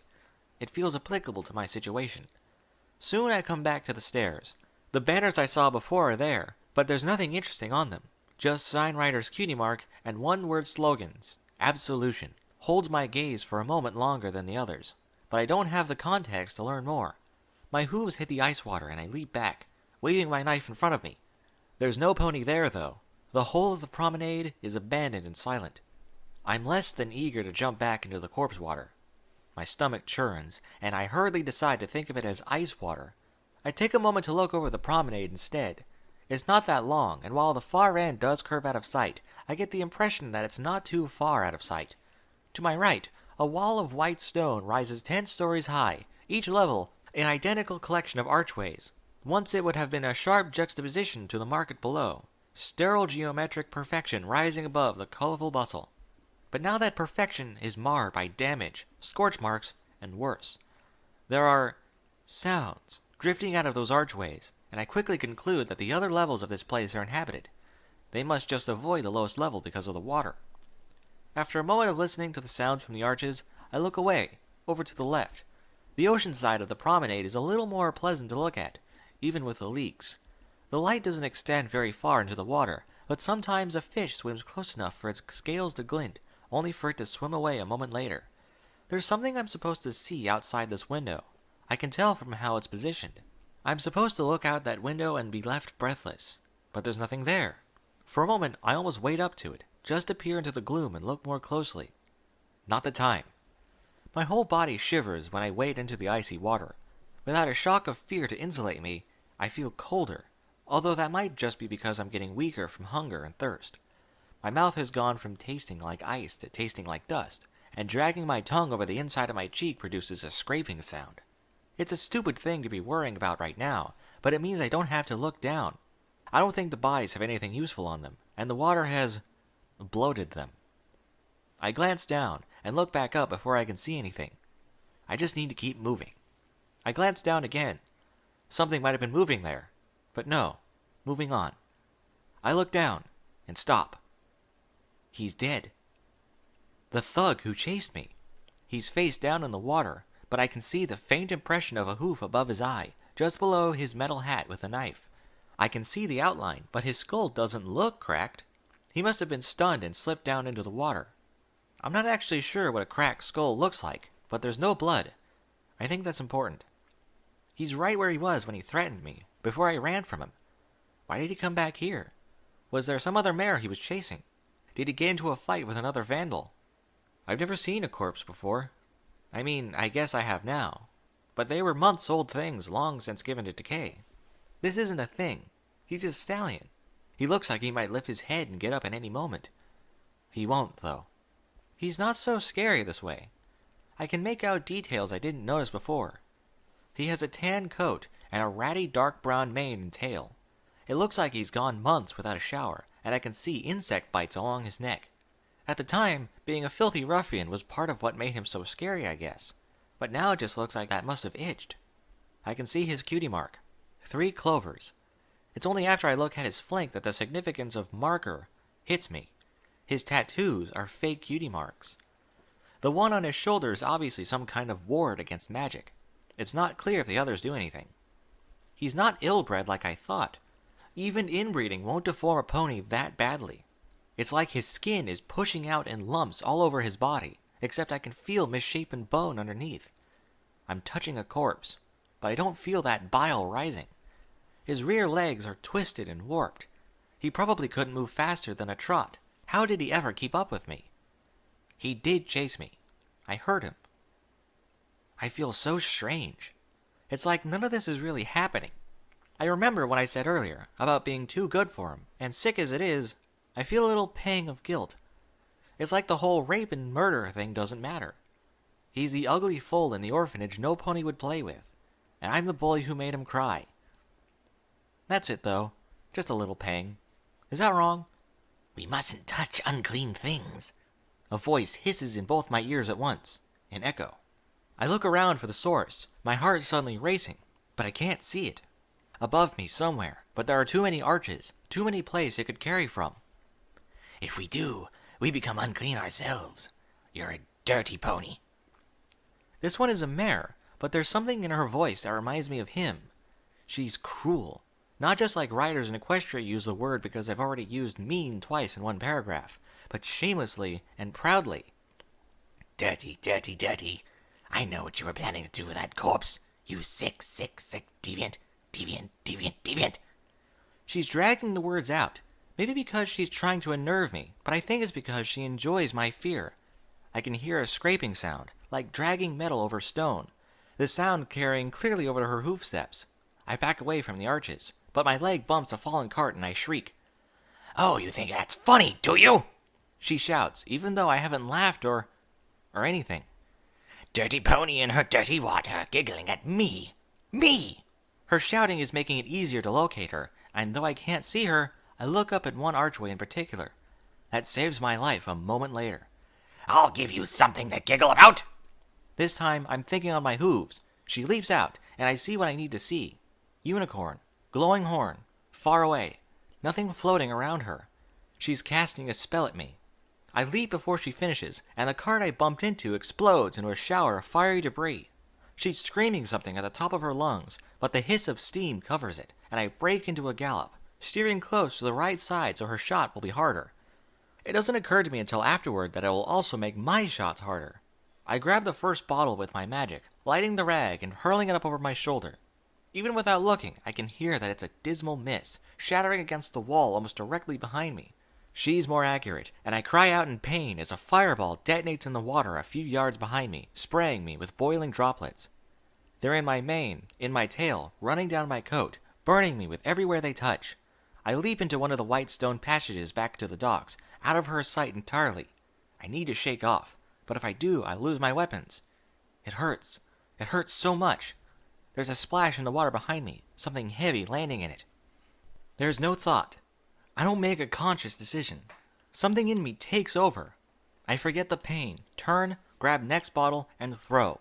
It hits her just before the spell finishes, and she bursts into flames. The tail shine burns green, and I can see flaming rivers of it running down her face, her sides. Her coat is tan, her mane orange, and I can see that they've both caught on fire as well. She should be dead, or disabled by pain, but all she does is scream at me like a wild animal and leap away. It's an impossible jump she makes. No pony can jump that high. But she does it, and I can hear her climbing back up into the archways. I bolt out of the tunnel and back down the promenade before she can recover. The sounds in the archways are worse now. Groans, screams, growls, moans. The fight is waking something up, and it doesn't sound like a pony. I hope no pony made those sounds. I can hear her hoof steps echoing above me, and her growls of pain, but no more fireballs yet, and the end of the promenade is just ahead of me. Once, trees hit it, but now the trees are dead and I can see the service doors. Wide wooden things, now jammed open, each one marked with a peeling red strip. Unclean! Unclean! There's a rush of fire above me, and I duck, but I don't feel any heat. Ahead of me, the first doorway explodes, fire racing out from it to envelop the dead wood just past it. I can feel my breath catch, and I put on a burst of speed. The second doorway bursts into flames when I'm halfway there, her screams of "filthy pony" flying around me. I'm not going to make it. I can hear her spell charging, and there's too much distance left to go. I'm going to hit the third door just as a fireball does. I hold my breath, shut my eyes, and run for the first door. I try to take it in 2 big leaps to get to the fire more quickly. 1 through the door, 1 up the stairs. I take the first leap perfectly. The heat doesn't even seem that bad. Then all 4 of my hooves go in boiling water. It's like knives are plunged into me, up through my hooves and into my ankles. I stumble into the second leap and land on the stairs on my side. Glass crunches under me. I don't know if it's the oil or the acid, but it burns. I just want it to stop. I can't think of the markers, the fire, anything else. Just the pain. Make it stop. Celestia, make it stop! At some point, I realize I'm screaming. I don't know how long it's been, but there are other ponies screaming around me. Yelling, fighting. I try to rise to my hooves and fall, squeeze my eyes shut and try again. My ankles must be broken. Burns can't hurt this much. I've lost the knife. I don't know what bottles are left. 1 step, up the step, right forehoof first, left forehoof next, rear to follow. Next step, right forehoof first. Oh, Celestia, it hurts. I'm on the next flight, but there's no door out. Why is there no door? Doesn't matter. Going to the top. Next step, right forehoof first. There's some pony in front of me. Grab one of the bottles, smash it in their face. They start screaming and I run past. How many flights are there? How many have I gone? There are 2 ponies in the stairwell, grappling on the ground. I try to jump over them, but the force of the landing makes me beg for Celestia to cut off my hooves so this can end. One of them grabs my rear ankle, and I kick them in the face with my other hoof. The shock of impact travels through me, pain roaring in my ears every time my ankles touch anything. But I kick and I kick until I feel something give. He lets go. Smoke, heat, sweat, screaming, fumes around me. Did I light the stairwell on fire? I need to keep going. There's so much shouting now. When I see doors, there are ponies fighting behind almost all of them. One throws himself out of prone onto the ground in front of me, trying to block my path. Last bottle. I smash it into him and kick him on the way over him. Up the stairs. The smoke is getting worse. No bottles left. I lost my knife. Up, keep going up. Just to the next flight of stairs. I come to a dead end. No more stairs. I took a wrong turn. I'm in the wrong stairwell. The exit on this level opens to a wide, dark hall, full of lurking ponies. They can't see me, and I lost my knife. I can't turn around. There's too much smoke. I need to find a way to the right stairwell. I jump out and look around, but I can't see any other stairs around me. Just those other ponies closing in. Those awful, horrible things. Get away! Something tears my throat with how hard I'm yelling. I grab a piece of debris off the floor with my magic. It feels heavy, a length of pipe or something. Get away! Get away! I swing at the first one of them that gets too close, and run. He's right behind me. I whirl to swing at him, but I turn too fast at full gallop, and I go down to the ground. The floor is rough and dirty, and falling onto it at speed rips open the cuts from the glass. My side feels warm suddenly. Oh, Celestia, that's blood. How much am I bleeding? I need to get up. I need to... There's something green in front of me. Some pony green. They smell... nice. Would you kindly stop struggling before you open those cuts any further? She asks, and I do. She smiles at me, and that's good. She's happy. It's important I do whatever I can to make her happy. That's good, sweetheart. Now, fall asleep. Chapter 4. Green Apple. With 11,843 words. Being sick feels great. Not the sickness itself, of course. That feels awful. I hate the sniffles and the flu, and stomach bugs are worst of all. But being sick is awesome. When I'm sick, I don't have to study or practice magic, and Princess Celestia lets me listen to as much music as I want. She always gets super protective and tucks me into bed with way too many blankets, until I feel like I'm in a cocoon. Sometimes they're so thick I can't even get up, but it's okay, because the record player is on the table next to the bed, and I can wind it up with my magic. I don't even have to turn my head, and I always let it play when I'm sleeping in. I'm sick now, and all bundled up. With so many blankets on top of me, it's like I'm buried and just my head is sticking out. They feel warm and soft, and I don't have to worry about when I'm getting up. I know I'm weak, but I can rest now, and resting feels good.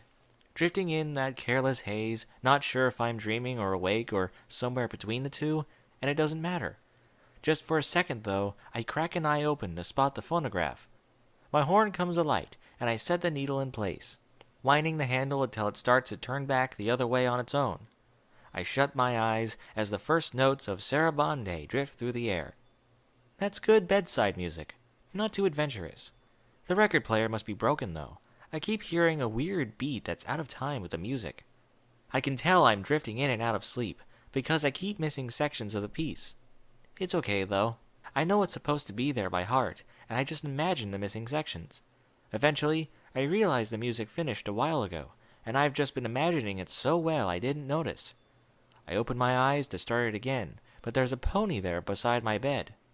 She's a really pretty shade of green with sparkly emerald eyes and a mane that's all shiny like it was wet, and she's a unicorn like me, which is also nice. Most likely she's a doctor, since she's tending to me and doesn't look like a servant. I can't see her cutie mark, though. Could you start the music again? I ask, and she looks curious, drawing the blankets down a bit with her magic. Her horn is a really pretty green, too, but her magic is a dark red. The color mismatch makes her horn look black when she uses it, which is cool, I guess. She must have fun pretending to be a changeling for Nightmare Night. In a minute, sweetheart, she tells me patiently, and she reaches down to pull one of my hooves up. They're all wrapped up in cloth, which is silly. I mean, I'm already covered in blankets. What's the point of adding a bunch more little blankets to my hooves? She pulls the cloth away, and the inside of it is all red and gross. I guess some of it must have gotten on my hooves and ankles too, because they're all sticky and blistery and look like they're covered in jam. She levitates a sponge up in front of me and starts to clean my ankles, but it suddenly hurts when she does, like my skin is on fire, and I whimper. It's okay, sweetheart. I have morphine right here.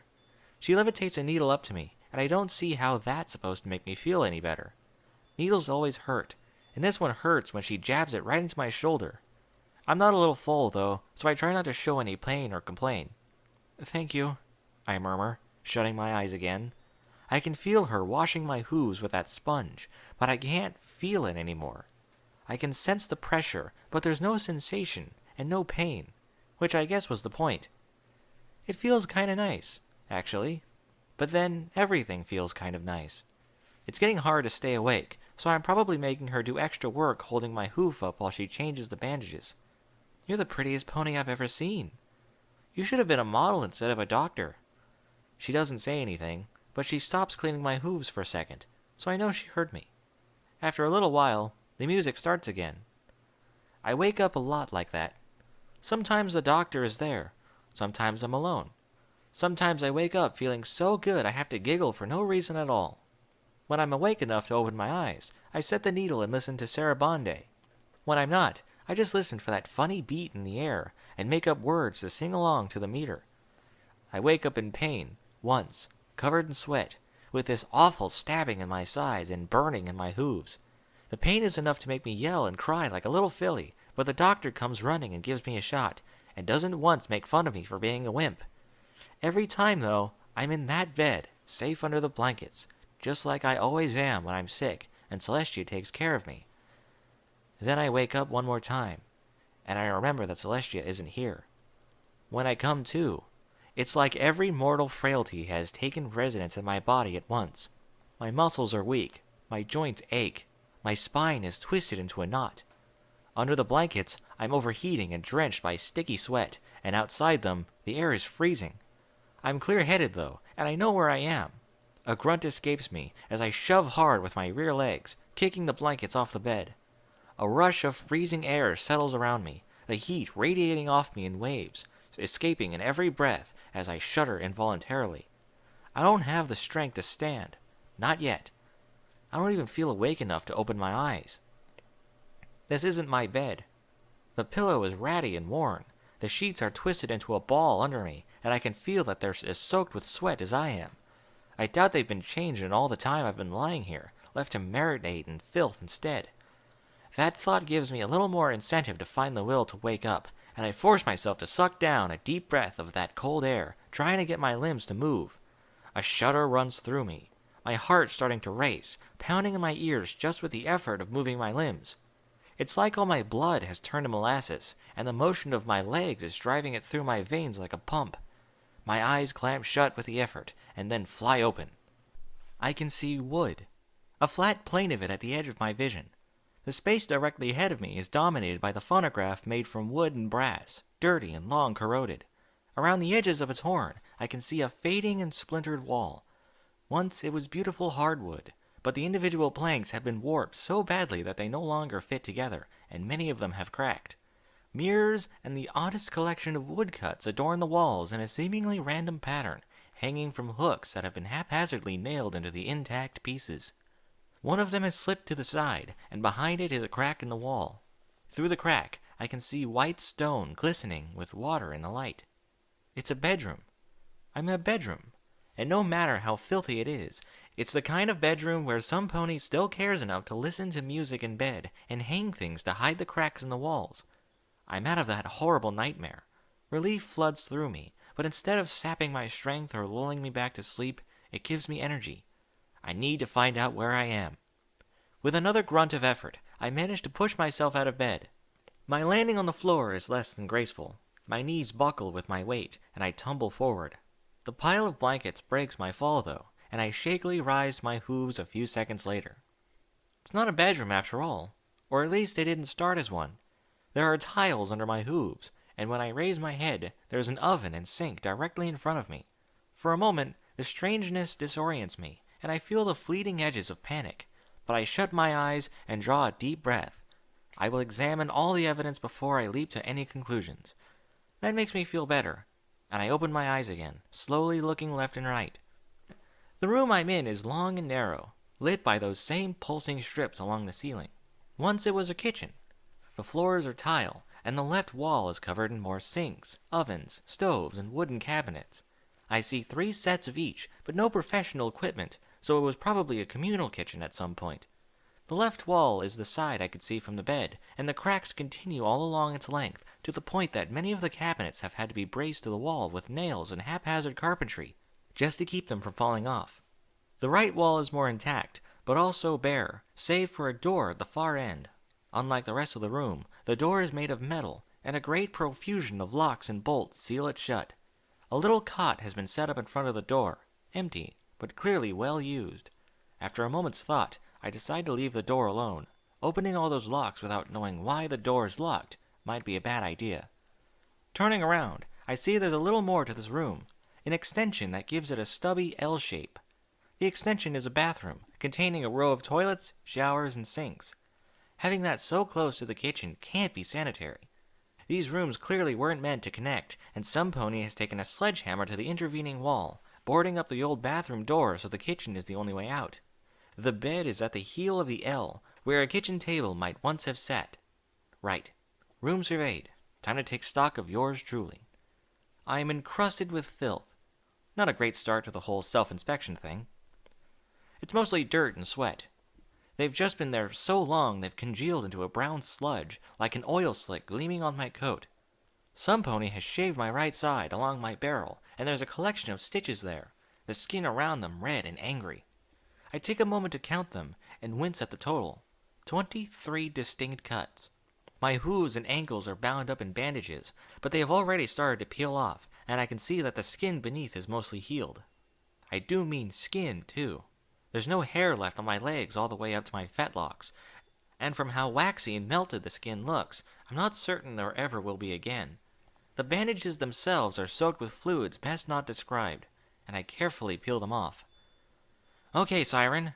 I draw a deep breath as I feel my heartbeat stabilize, falling closer into rhythm with the beat of the lights. You're in a bad situation. It seems obvious, but hearing some ponies say it makes it feel like things are under control, particularly when they say it with that much class and authority. You're trapped in an undersea city overrun by... I get tongue-tied for a moment, a shiver passing through me. Vandals and mad ponies. You've been badly injured, and you're probably scarred for life. A lesser pony would be a wreck right now, but Celestia didn't raise you to panic during a crisis. I stomp my hoof a little for emphasis. That helps. You're going to get out of here, and everything will be fine. First, assess the situation. I take a second to look around again, reviewing where everything is. You've been rescued from certain death by an unknown pony. You appear to still be in the slum, but your evident rescuer not only took care of you and bandaged your injuries, but gave you the bed while she took the cot by the door. It therefore seems unlikely he or she is one of the mad ponies from before. Indulging my analytical side always makes me feel better, and I take a second to examine my hooves again. Celestia can heal that, I'm sure. I was just being negative before. Concurrently, it seems likely that you aren't in any immediate danger, and that your rescuer will return soon. Your goal for the immediate future is therefore to wait and prepare yourself for whatever may happen to the greatest possible extent. I frown a little at that.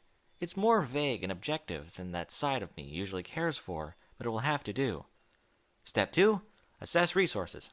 That step goes quickly, after another brief glance around me. A bathroom, a record player, some blankets, and whatever's in the kitchen drawers. Further, I look back at the bathroom, my train of thought derailed as certain other needs my body has been suppressing suddenly come to mind. Hesitantly, I lean my head down to below my shoulder and sniff, my nose wrinkling at the result. Right. Step 3. Shower. There's a certain eagerness in my steps as I trot up to the tub, but I'm not so focused that I don't still notice the little things. The copper piping is new, or at least in good condition. Unused showers and toilets have been disconnected, and the pipes capped. The inside of the shower is clean and organized, towels and bottles of soap tucked into slots in the wall. When I see how kept up everything is, I even dare to hope that the water might be hot. It is! When the hot spray hits my back, I actually shudder with sheer delight, a shaky cry escaping me. It's stupid, but it feels too good for me to be embarrassed, and I lean my head against the shower pipe, just relaxing and letting the water wash over me. The spray feels almost hot enough to burn me, which right now is just right. It trickles down through my coat, flowing through the hairs, letting the heat seep into me. When it hits the burns on my ankles, it burns like nothing else until I can actually hear the pain in my voice, but I really don't care. I want to scrub and scrub until every trace of this awful nightmare is gone, and I can wake up again. I can hear my own breathing, my heartbeat, the hiss of the shower, and the pulse of the lights. It all sounds good. I don't realize I've fallen asleep on my hooves until my little nap is over. My eyes fly open, and I almost slip and fall, doing a panic dance on the porcelain until my hooves find their place. The water is cooled, now barely above room temperature, and the air is full of steam. I take a few shuddering breaths as I wait for my heart to slow down, and then set about actually washing up. Mane, coat, tail, hooves, everything gets cleaned twice. When I start, I'm so dirty the water runs black down the drain, and I don't stop until I shine. I feel a little bad about using up all my rescuer's soap, but not that bad. A shower is a profoundly civilizing experience, and when I step out, I almost feel like myself again. There are only 2 towels, so I wrap one around my mane and the other around my tail, letting the steam clear out as I step back into the kitchen-turned-bedroom. I pick a random cabinet to search through, and my curiosity is rewarded with a collection of mismatched bowls and a large mason jar full of oats. I levitate the jar down, along with a bowl and spoon, taking note that they're not in easy reach of hooves or teeth. My rescuer is a unicorn, or owns a stepladder, but I don't see a stepladder, so that seems like enough evidence to conclude that I was most likely rescued by the green physician I vaguely recall from my fever haze. Still, though, that's no reason not to be thorough. Levitating the bowl alongside me and munching as I go, I pull open the other drawers and cabinets, lifting their contents up onto the countertop to sort through them for anything of use. The first under-counter cabinet contains a miniature wire doll, no more than 4 hooves tall. It's rather more ornate than the ones I've seen before, and made of engraved silver, but without any crystals for wiring another pony. It's a distraction at best. The next cabinet contains nothing more but oats. That can't be a healthy diet. And the space below the sink contains a first aid kit, along with a number of bottles of medication, and syringes that look less than sterile. I recognize morphine, aspirin, iodine, and other common drugs, but most of the items here are beyond my knowledge of medicine. Still, more confirmation than my caretaker is also my rescuer. The last set of cabinets proves considerably more interesting. I open the top one first, and I'm greeted with a menage of strange bottles, each one adorned with a brilliantly colored label. One contains a watery red fluid, the label a picture of a doctor's bag and a stylized Doc Stables patented red cross. Another contains a sparkling golden liquid, and a label with a wide eye and angry red text that reads, "Feeling shy? Look 'em in the eye with Stare brand mantles." Each bottle is small, no larger than a flask, and many of them are half full. I'm not quite sure what to think of them. They're obviously valued and probably expensive, but that still doesn't let me know what they do. For the time being, I leave them alone and check the other cabinet. Jackpot! Last cabinet here, and is a treasure trove of information. A memento drawer. At my magic's discretion, 4 small boxes float out of it. One full of jewelry, one full of newspaper clippings and old flyers, one full of vinyl records, and one with a movie player and tape reels. Music is obviously the best way to learn about my rescuer, but there's no pattern to the records here. The box holds some classical works and older pieces, but nothing in equestrian contemporary. Then again, after seeing how isolated the city is, that's no surprise. I'm also able to pick up on some details that a lesser pony would have missed. For instance, the newest equestrian piece here is from a hair over 18 years ago. Combined with Trixie's comments about being away from home, it makes me think that the city once had more contact with Equestria than it does now. I knew that music trivia would come in handy one day. I even take a few minutes to deduce my rescuer's taste in music, but ultimately conclude that the collection is just whatever records she could scrounge out of the slum. Next, I sort through the jewelry. Nothing I'd be caught dead wearing. Most of it is hopelessly cheap, but even the well-made pieces are unlike anything that might be found on the surface. It's all rather predatory in how it looks. Anklets like armored joints, earrings made from interlocking sections, lots of sharp edges and joints. Trying too hard, in my opinion. It's also polished to a mere shine, despite the dilapidated conditions of the room. The movie reels seem potentially useful, but I'm hardly going to set up the projector. All I can do is look at the titles. Vision, A History of the Life of Sign Writer. The Founding. They're all historical pieces, which would be informative, but my rescuer will probably return shortly, and I can just ask her directly. One reel does stand out from the rest. A lonely case at the bottom labeled 10,000 Ponies Under the Sea. Sea Pony Queen Throne Room, Scene 44, Take 1. On a hunch, I crack open the roll and unspool a length of the tape, moving it up to the light. Holding my eye up to one of the frames, I can see the mare who tended to me, dressed up in a sparkly costume, a trident hovering before her. I am good. The box of clippings comes last, and I take my time with this one, putting the other boxes away. First out of it is a poster, one that gives me my first long, detailed look at my rescuer. The intended content of the poster is unremarkable, an advertisement for clothes horse tailoring, but my rescuer is front and center, effortlessly stealing the eye away from even the gaudiest text at the edges. She's dazzling. Her coat is brilliant like a perfect emerald, to the point it almost sparkles. While her mane is the darker, rich green of a forest canopy, it hangs down around her in the most graceful lines, as though it were wet and had just come to rest. She's modeling an elegant silver dress made from cloth that flows around her torso, falling down around her legs, and leaving her tail exposed. It's scandalously suggestive, and when she rears up with that athletic build and the fabric ripples like she was in the wind, she looks... The details aren't important. All that matters is that I've learned my rescuer used to be a model. I also take a second to go brush out my mane for unrelated reasons. Mine isn't as good as hers, but I'm pretty close, I'd say. Now that I've learned what she looks like, the next thing out of the box tells me her name. It's a newspaper clipping with a photograph, and the photograph shows her clearly, standing on stage under a spotlight. The headline reads, Envy Breaks Box Office Records with Explosive Musical Debut. A quick scan of the text is enough to get the gist. A former model entering the singing scene. The article is nothing but positive, but I know how to read between the lines. No matter how kind it is, there's an absence of phrases like, to critical acclaim, or attended by Fancy Pants Famous Pony, or any hint of praise from other artists. Generously, she's a genius who isn't yet appreciated by jealous and undeserving rivals. Realistically, she's a hack, who only fills theater seats because the audience is drooling over her. It's kind of disappointing. I put my hooves up on the counter and methodically sort through what's left. The rest of the box is all articles in much the same vein. Naturally, she only bothered to save the flattering ones, but a clear pattern in the headlines emerges. Seats sold out, record deals, appearances, and this or that. No approving critics, no positive reviews, no endorsements or discussion of her work. She modeled, she danced, she sang, and while I don't see any articles about it, I know from the tape that she must have tried her hoof at acting. The tape was a test reel, though, and not a finished piece. And on a whim, I checked the dates on the articles.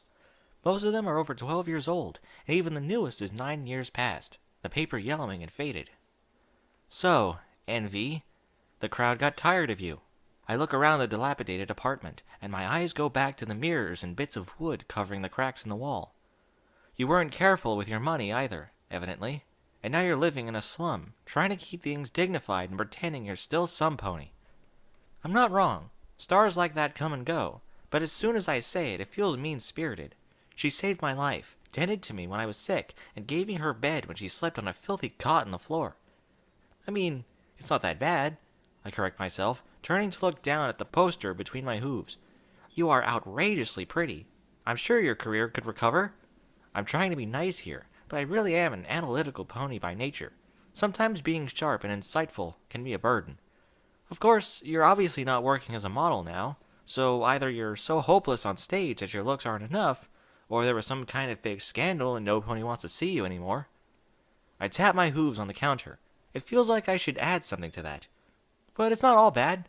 No pony in Canterlot has heard of you. After you rescue me, you can start your career all over, if scandal is the problem. I give the poster a reassuring little wave. And, if you're a talentless hack, I'm sure Celestia will put you in a good word for you as thanks for saving me. Then, no pony will care if you're any good or not. I put my hooves back on the floor and thank Celestia that I'm talking to a poster, and Envy didn't actually hear that. Right. The cosmic irony I just invited misses me by a comfortable margin of perhaps 30 seconds. I have enough time to go through the rest of the newspaper clippings, put them away, and finish the oats before the sound of a key turning in the lock behind me makes me jump. I whirl in place, facing the door just in time to see another one of the bolts turn, a long line of locks opening one after the other.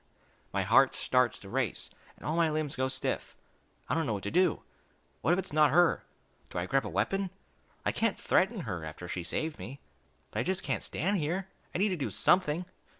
When I choke under pressure in front of Princess Celestia, she gives me a level look, taps the floor, and says, Siren, while you did have to do something, and that was something, you should probably not have done that. I guess it's supposed to be a nice way of telling me I did something stupid, so that I won't do it again. But all that's changed is that now I hear her say it in my head when I mess up, and I feel even dumber. So by the time Envy finds me hiding in one of the bathroom stalls, I'm pretty much hearing it nonstop. You can come on out, sweetheart. I'm not going to hurt you. She's standing a few paces outside the stall door. I can hear it from her voice. There's nowhere for me to go, but I can't open the door. She might still be dangerous, or think I'm dangerous and jump to conclusions. Or she might think I'm sort of useless idiot who hides in bathroom stalls and throws me back into the slums.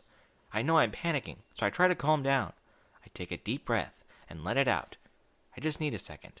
My second still isn't up when the crimson-red glow of her magic envelops the door and she pulls it open. It startles me, and I scramble back away from the opening door, my breath seizing in my throat. She looks just like she does in the clippings, and when she fixes me with a soft, gentle smile, I feel like an idiot from hiding from her. I know she's not going to hurt me, but I can't make my hooves move, and my teeth feel stuck together. She's looking at me, wondering why I'm shivering in the corner like a foal, and the more she wonders, the more ashamed I feel. There's nothing I can do. I can't even move. Like my hooves were glued to the floor. I'm just stuck here, looking like an idiot because I'm the kind of useless, pathetic twit of a pony who cowers in bathroom stalls. She's just staring at me with those bright emerald eyes. She smells nice. Oh, you poor little thing. You're shell-shocked, aren't you? She asks me with the sweetest, kindest, most melodious voice any pony has ever possessed. She's like Celestia and Luna and all my friends rolled up together, and I would do anything to make her happy. All the tension flows out of me in one wonderful breath, and I step up to her when she gestures. She's wearing the strangest perfume. It's like the smell inside of an apothecary. Crushed flowers and 100 different herbs. I just want to bury my head in her mane and take a big whiff, but when I try, she laughs and holds me back with a hoof. Would you kindly go sit on the bed and take slow, quiet breaths? Her voice is light and playful, her mouth quirked in the gentlest of smiles, and the mirth in her eyes sparkles like stars. It's a wonder just to see, and more than enough to put a giddy smile on my face. I trot over to the bed with my best high and eager step, trying not to look back to see if she's watching me, and just like I'm told, I go and sit on the bed and keep my breathing even. When I look over the room for a second, there are some saddlebags full of supplies on the counter now, so she must have been shopping. But then she walks back into the room, and my eyes stay on her. She's wearing a set of silver horseshoes and the same dress she was in the poster. But while she looks as wondrous and radiant as the day she first posed for it, her accessories have obviously seen better days. The metal is tarnished, and the dress's silver splendor has faded to a dirty gray. stained by a dozen ugly spots and patched with coarse thread. I wonder why she doesn't just go without it, and I almost ask. My jaw clamps shut before I make a sound, though. She told me to be quiet. Instead, I just watch her unpack her groceries. It's when I start thinking things like, I wish I could unpack groceries as majestically as she does, that some part of my mind stops to consider if everything is quite right here. My head feels a little fuzzy. Good, but fuzzy. I take another long, slow breath and try to figure out just what it is that's nagging me. The most obvious thing that's wrong is this situation is her. She looks just like she did in the poster, just like she did in the 10 or more years old poster. The dress couldn't provide a more striking contrast if that had been her intention. Even if she aged very well, things should have happened to her over that time. The stress of her career should be showing. I'm glad she looks good, of course, because that makes her happy, and her being happy is the most important thing in the world. But that doesn't seem right. The more I think about the situation, the more other things seem off as well. Her coloration, for instance. Green mane, green tail, green coat, green eyes, green horn. Blood red magic. One of these things is not like the others. Red is a good color for her because everything about her is enchanting, but it just doesn't seem to fit. I look at the cracks in the walls and then back to the dress. The inconsistency is more subtle, but to a pony with insight, far more important. She's a pony who cares about appearances, and yet she trots around in a ragged old dress. If the wall hanging is that ugly, what crack is it hiding? Is that what ruined her career? Did she get a disfiguring scar on her flanks or legs? I try to ask her that question, but the words won't come. She told me to be quiet. It's like in the bathroom stall, when I was paralyzed with fear and embarrassment. But I know those feelings, and I don't know why I'm hesitating now. She turns to look at me when she hears my jaw click, and gives me an encouraging nod. That's it, sweetheart. Long, deep breaths. Let it all work its way through you. Your head will clear in a second. Why? I manage to force out, struggling to act contrary to Envy's command. It's all I can do to overcome it, and even then, I divert the words to a whisper at the last second. Some traitorous part of my mind insisting that somehow makes it better. The effort is exhausting, almost like a physical exertion, and the strain of it seems to wash some of the cloying cloud from my mind. You mesmerized me. I managed to speak more clearly on the second try. I still can't look at her without feeling the faintest urge to smile, but the urge feels foreign now. I can smell her perfume again, but even though it's the same scent, it seems different now. A sickly sweet odor, like so many flowers rolled up and left to rot. I stop before I wrinkle my nose, though, taking a second to compose myself. A pony like her would take offense to that. Instead, I just look away, forcing my breaths out through my nose until the scent clears. I did, sweetheart. I didn't want you hurting yourself or doing anything silly while you were panicked. I'll understand if you're upset with me, but I meant you no harm. Her accent is mixed, educated with a bit of Canterlot, but mostly rural. I take another long, slow breath and let it out, opening my eyes to consider at her with a clear head. She's looking at me now with sympathetic eyes, and even when I'm not mesmerized, they seem soft and understanding. No offense taken. I shake my head, stepping away and off the bed. The saddlebags are empty by now. She turns to face me, reaching out towards me with one of her forehooves. For a few long seconds I stare at her hoof, and a blush appears on my face as a smile appears on hers. This is obviously a greeting, and I'm supposed to do something, but I have no idea what. Hesitantly, I raise my own hoof in a mirror of her gesture, hoping I'm getting it right as I gently tap my hoof to hers. After a second, I give a slight bow in the proper Canterlot fashion, just to be safe. You're adorable, she giggles, and while I don't like being embarrassed, it certainly beats offending her. My gaze starts to tilt down, but she reaches out to tilt it back up so that I look her in the face. Don't be embarrassed, sweetheart. I'm Green Apple, and it's a pleasure to meet you. You must be Siren Song, is that right? That it is. My reply is a bit timid. The hoof thing threw me off. I recover my composure quickly, though, adding a more controlled, I assume I have you to thank for my rescue? That you do. Trixie let me know you'd be headed this way, and I thought you might need some help with the last leg of the journey. It's lucky you showed up when you did. Things were getting wild enough I was about to head back inside. She smiles and nudges my shoulder with a hoof, a mischievous smile on her face. You set off a riot, you know. A big one. The streets were on fire all night. Security even graced us with their presence. The smile on her face is a familiar expression in some ways, makes it seem subtly disquieting. It's like when I'm practicing form, and for the sake of the exercise, I try to project the wrong emotion for a set of dialogue.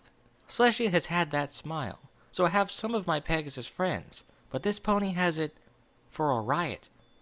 She expects me to smile and bashfully giggle at the thought that I started a riot. I don't know what to say to that, so I think it's best to change the subject. Forgive me for prying, but you said your name was Green Apple? Does that mean that Envy is your stage name? I know it's a mistake as soon as I say it. The smile vanishes from her face, replaced by a stiffer, neutral look, and she pulls her hoof back. I hope you don't mind. I was just trying to figure out where I was, and there were some newspaper clippings in your drawer. I thought it was your work. Yes, that was my stage name. She answers, curt. That good cheer she had a moment ago washed away. It's perfectly obvious that I just stuck my hoof in an old wound, and I struggle for a way to recover. The critics gave it to me after an early performance. It was a play on words, you see. Oh, green with envy. My breath comes stiffly, and I almost swallow, but I catch the gesture before it could betray me. There's a way out of this yet. Instead, I titter, looking down and scraping a bashful hoof at the floor, careful to glance at my burnt ankles, and then quickly look away. Well, I can see why they called you that. You have a wonderful color. I know I scored a direct hit when she steps up and puts a foreleg around me, pulling me into a gentle hug. Don't you worry, sweetheart. I've seen burns worse than that. You'll be back to your old self in no time. That was closer than I like, but I am good. And she interprets my sigh of relief just the way I want her to. Thank you. I'm sorry to say it about your city, but this place has just been horrible since I arrived. I've been attacked by monsters, vandals, mad ponies, and... I struggle for another word, something to encapsulate the nightmare I ran through. I was covered in a pony's blood, drowned, stabbed, chased, and scalded by boiling water. By all rights, I should be crying that into her shoulder, but while I feel a growing lump in my throat, my face keeps that bashful smile. Her grin and that nudge have unsettled me, and the more I think about her unaging appearance and ragged dress, the stronger that worry grows. My instincts are trying to warn me that there is something subtly but vitally wrong with this creature, and I instinctively hide my feelings. And I want to go home. How can I get back to the surface? I read the answer in her eyes even before her face falls. I can't. By the time she shakes her head, she's made her answer obvious 3 different ways, and a half a second it takes her to start speaking feels like an eternity. How can I not get out? I can't be trapped here. You can't just kidnap ponies like this. Oh, sweetheart, I'm so sorry, but it might be a while. Travel to the surface is hard to come by these days. I can't really say when the next chance will come. There are 1,000 questions running through my head, but I clamp down on them. I want to scream, to yell, to demand to know what makes her think she can do this. I'm Princess Celestia's own student. She can't keep me here. No. I refuse to give in to panic. Looking at the situation rationally, she obviously wants to help me, and can't. Yelling at her won't make anything better. I must be letting the strange show of it, because she reaches out to me, sitting beside me with a foreleg over my shoulder. I know this must be hard to deal with, but you're in good hooves now. You're going to be okay. That feeling of wrongness only grows stronger as she puts a leg around me, and I have to fight the urge to go stiff and pull away. I'm not usually so instinctual in my reaction to ponies, but the kinder she is to me, the more my fight-or-flight reaction puts me on edge. It's a dark je ne sais quoi, like a sour note in a song. Part of it is that she smells sweet, but I remember the stink in my nose, and the soft odor brings me no comfort. Part of it is that she mesmerized me, and the more I want to lean against her for support, the more I wonder if she's doing it again now. Part of it is that grin, that look in her eyes. Part of it is that something I can't define. I draw a breath to clear my head. This isn't helping. Celestia would want me to be strong. Hard to deal with, it doesn't begin to describe it. That was not my most dignified moment there in the bathroom, but thank you. I do understand what a kindness you've done me. That sounds good, and when I hear myself speak, I can imagine the brave, capable pony that uttered such words. I have questions. I know the city's name is Vision, but that's all I know, and I've seen many strange things since I came here. The wire dolls, force fields, magical lights, aside from the very concept of a city beneath the waves. I draw a breath, emphasizing my final sentence with pause and a faint shake of my head. What is this place? Green turns away from me, and lowers her gaze to the floor. Her mane partially hides her face from me, but that doesn't matter. I can see it all in how her spine relaxes. In a way, her head tilts down like she didn't have the strength or will to lift it. Shame, loss, regret. There's something else there, though, something darker and angrier. Not all of her body is limp, one of her hooves scraping at the floor hard enough to scratch the wood. It started as a beautiful dream. She seems at a loss for how to proceed, and after a moment, she removes her leg from about my shoulders. We all believe there could be something better than Equestria. We believe that if you gave ponies the chance to prosper, they would rise to greatness. I can't see her shut her eyes, but I know she did, a quiet sigh escaping her. Of course, it's just a leaking ruin now. Some ponies would tell you that Heart's Desire and Poison Joke destroyed this city, but it's not true. Vision was ruined by its own inhabitants. Idiots, cowards, parasites. They wanted freedom, but they didn't have the strength for it. They didn't have the spine for it. Her anger falters, and for all that she is strange and unnatural, I can't help but be struck by what a pitiable creature she is. Once adored, but now alone. Once prosperous, but now squatting in a slum. Even with that unnatural air she has, I can't help but admire her beauty. What must she have been like before? I'm sorry, sweetie. She shakes her head, rising to her hooves. Here you are, afraid for your life, and I go off on some rant. There's tea today. Let me brew some. You'll feel better. It's okay, I assure her, grateful that her looking away means I don't have to come up with suitable body language on the spot. This is your home. I can't imagine how troubling it must be to see it in such a state, but there are things I still need to know. Things like how I get out of this madhouse. But that will be a long and complicated discussion, I'm sure. There's so much going on here. I should start with the basics. Tell me, consider the things I've seen here. The city itself, the strange devices, the thug with the magical tattoos, the mad ponies. I'll have to ask about all of them, but I should start with a more immediate mystery. Who are Heart's Desire and Poison Joke? She laughs at that, a trace of warmth returning to her body language. Not who, sweetheart. They're magical plants, native to the Everfree Forest. That helps explains a lot of what I've been feeling. If the city is overrun by plants from some mystic jungle, it's no wonder things have gone so horribly wrong. Crimson light surrounds her horn as she levitates a pot out of the cabinet. She pauses for a moment, focusing on the pot as she fills it with water and then sets it on the stove. On their own, they can cause some fairly unpleasant ailments if you touch or eat them. But mixed together? She looks down at her kettle and shakes her head. Well, it's time for my medication anyway. I suppose it's easier just to show you. Her horn glows again, but this time the magic takes hold of her dress, carefully releasing it and sliding it away. As she works, the thought occurs to me that the sickly lumps under the vandal's flesh might have been a result of some supernatural plant toxin, and I mentally brace myself for whatever disfigurement her dress is hiding. Physically, though, I show only a mild curiosity. It's a blend of a few poses, but I'm not at the top of my game right now, and she's not paying full attention to me anyway. I'm ready for anything, but when she pulls the dress away, her flesh is whole and unbroken. I'm not the sort to evaluate other mares' flanks, but she's certainly not hiding a disfigurement. The only thing about her that stands out as strange is that she's tattooed like that thug was. Her real cutie mark, 3 green apple slices, rests right where it should be, but 5 other symbols have been painted on.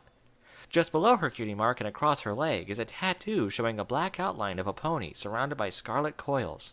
From the center of her barrel, just over her ribs, a stylized eye stares out at me. Black and white swirls inside it. A red cross and a set of silver horseshoes adorn her shoulder, and I can barely see something else on her underside, just where the strap of the dress wraps around her. She spares me the awkwardness and impropriety of leaning down to look, raising a foreleg so I can see. A silhouette of a pony biting its own tail. I bite my lip, taking a moment to think. So obviously, Heart's Desire and Poison Joke have something to do with those tattoos, and from my previous encounter, it seems likely the tattoos are magic. A tattoo would be a major faux pas for a model, but it seems a little unlikely that a supernatural plant toxin causes spontaneous decoration. The plants make magical tattoo ink? I hazard a guess, looking up at her for confirmation. The ordering of events makes sense. The plants make magical ink, which can be used to create useful effects, but there's some kind of awful side effect or stigma. She shakes her head, though, opening the cabinet above her and levitating out the vials I saw before. Those aren't tattoos, sweetie. They're cutie marks. When she answers, I'm quick to assume uncomprehending befuddlement number 7. It closely mirrors my real feelings, and it's always good for earning a little sympathy. On cue, she laughs, shaking her head and levitating a glass from the other cabinet to the counter in front of her. Once upon a time, there was a disease called cutie pox you could catch from Heart's Desire. It made cutie marks appear all over your body, forcing you to spastically perform all the associated acts. She carefully measures out precise doses from each of the vials into the glass, and restoring each vial to the cabinet once she's done with it. But then, some pony wondered what would happen if you added Poison Joke, and discovered that it sends cutie pox into remission without removing the extra marks. You could even make a specific mark appear, with some refinement. The glass in front of her pulses faintly with each new compound she adds, and she gives a dark chuckle, that unsettling grin returning to her face. Now, I'm a mare of many talents. I sing, I dance, I model, I can heal the sick or entrance with a stare. I age very gracefully, and I suppose I can still buck apples if the urge ever strikes me. She downs the glass in front of her sharply, grimacing with the taste, and every cutie mark on her but the real one pulses with a dull crimson light. For a moment, I'm at a loss, and when she pauses to clean out the glass, I happily use the time to think. I'm no alchemist, and my magical talents are focused in areas more worthwhile than enchantment, but I can already see the problems here. A cutie mark isn't just a stamp that gives you a talent. It's a part of what you are and what sort of pony you turn out to be. You couldn't have a Siren Song with a spear or a castle on her flank. Take away my music, my art, and I wouldn't be me anymore. All you would have is some other pony walking around in my body, playing at my life, running through the motions of my existence in some sick parody. I don't know what instinct warned me, but I know why I find green so unsettling now. No, not unsettling. Revolting.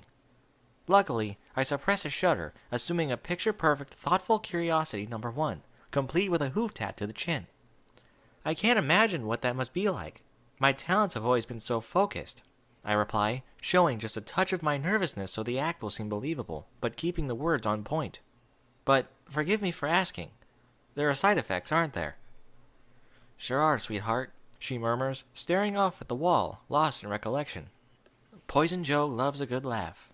And, well, the joke was on us.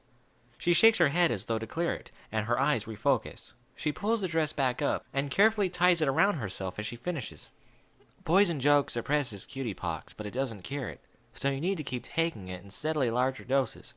It starts off as a vial a month, then a drink once in a while, and pretty soon you're chugging down bottles of it every morning. You start thinking that maybe you should quit, that this has gone a bit too far. That's when you discover that you can't. If you'd quit after the first hit, you'd have been fine, but once your blood is choked with it, Poison Joke won't let you get off that merry-go-round. And if you try, mutations, deformities, transformations, insanity. That's how you end up like those poor souls in Serpent's Wharf. That feeling of revulsion only grows stronger now, like she was diseased and I was afraid just to be near her. She's not even a pony anymore. She's a living morality play about the importance of not trying to cheat the natural order. I never let my feelings get in the way of a good performance, though, and so my eyes get that wide, sympathetic look as I reach out to take her shoulder. I'm so sorry, Green. Does the flesh feel wrong somehow? I don't remember if it did before. Oh, don't feel bad for me, sweetie. She tries to reassure me with a smile and a light tone. I keep the dose manageable, and if this does kill me in a few years, it'll be my own fault. Meanwhile, though, I've got no regrets. I can tell she's eager for some pony to talk to, and she's quick to pull me up against her side again, facing the counter. That cloyingly sweet scent hits my nose again, and now that I know what she is, it actually causes a wave of nausea. I force it down, though, and keep that worried sympathy on my face. I don't suppose you'd understand. She opens the drawer, levitating out the poster I found earlier. Trixie told me you're a proper candlelight unicorn. Grace, beauty, class, magic, all that. I'm sure you're used to crowds fawning over you. Which is true. I'm an amazing performer. I could draw crowds of thousands if I wanted to. I just don't want to. Growing up on a farm, though, when I would show an interest, they'd look at me like there was something wrong with me. They wished I was an earth pony. Coming here, getting to be myself for the first time in my life, it was magical. We wanted to think it could never end. She's lost in reminiscence, looking at the poster. I realize she was lonely, but it takes a certain degree of desperation to spill your life story to some pony you didn't know an hour ago. I test my theory by putting a comforting hoof on her shoulder, and she sighs. I did make that look good, didn't I? I'm going to need another shower after this. Is that why you came down here? To be a model? I keep a gentle tone when I inquire, just in case it's another sore spot, but she shakes her head. No, that was what made me buy a ticket, but it wasn't the real reason. I've been ready to leave Equestria for years before I even knew Vision existed. Sign was what made me come. He made us all realize there could be something better. She shakes her head. I'm sure you know the history, the riots in Celestia. Well, now you know where all those missing ponies went. In fact, I have no idea what she's talking about, but it doesn't seem a good moment to say it. The bare facts don't do him justice, though. You met him, and you knew he saw you as an individual, not a collection of descriptions and roles. He wanted you to be happy for you. From the tone of her ramblings, she obviously expects me to know the full history of what she's talking about. I'd certainly never heard of Signwriter before he came here, though, and nothing about any riots. It occurs to me that I should say as much, but that is an unknown path. Without knowing the facts, I can't say if there'll be a sore spot for her or not. For the time being, best to play it safe. It sounds like you cared for him a great deal. You two must have been close. No. She shakes her head faintly. No, we only met once, and it was years before it all happened. But he changed my life. We were passing on the road, and he looked at me. He looked right at me, and he said, "You'd be beautiful if you didn't look so unhappy." Then he moved on. Didn't even wait for me to answer. She reaches a hoof up to her face, rubbing it as though to clear her thoughts and putting the poster away. I'm sorry, I'm getting nostalgic now. It's really okay, she waves for silence before I can continue, rising back to her hooves. No, sweetie, the past isn't going anywhere. I was supposed to wire Trixie as soon as you were awake. I just didn't want to rush you. Why don't we wire her up now and see about you getting you home? Tempting a thought as that is, I don't want to talk to Trixie again. I almost interrupt her, but by the time I've started, she already has the miniature wire doll out and on the countertop, and my hoof freezes halfway through the motion. She reaches into her bag and fishes out that crystal with a wand and star on the end, along with a small makeup kit. All ready? She asks, taking a moment to touch herself up, fixing her mane with a brush of magic from her horn. Oh, ready. I quickly fix mine as well, turning faintly so my shaved and cut side won't be visible to the little statue. She slots the crystal in, and just like before, it starts to glow, the loud whir of spinning gears emerging from inside the machine.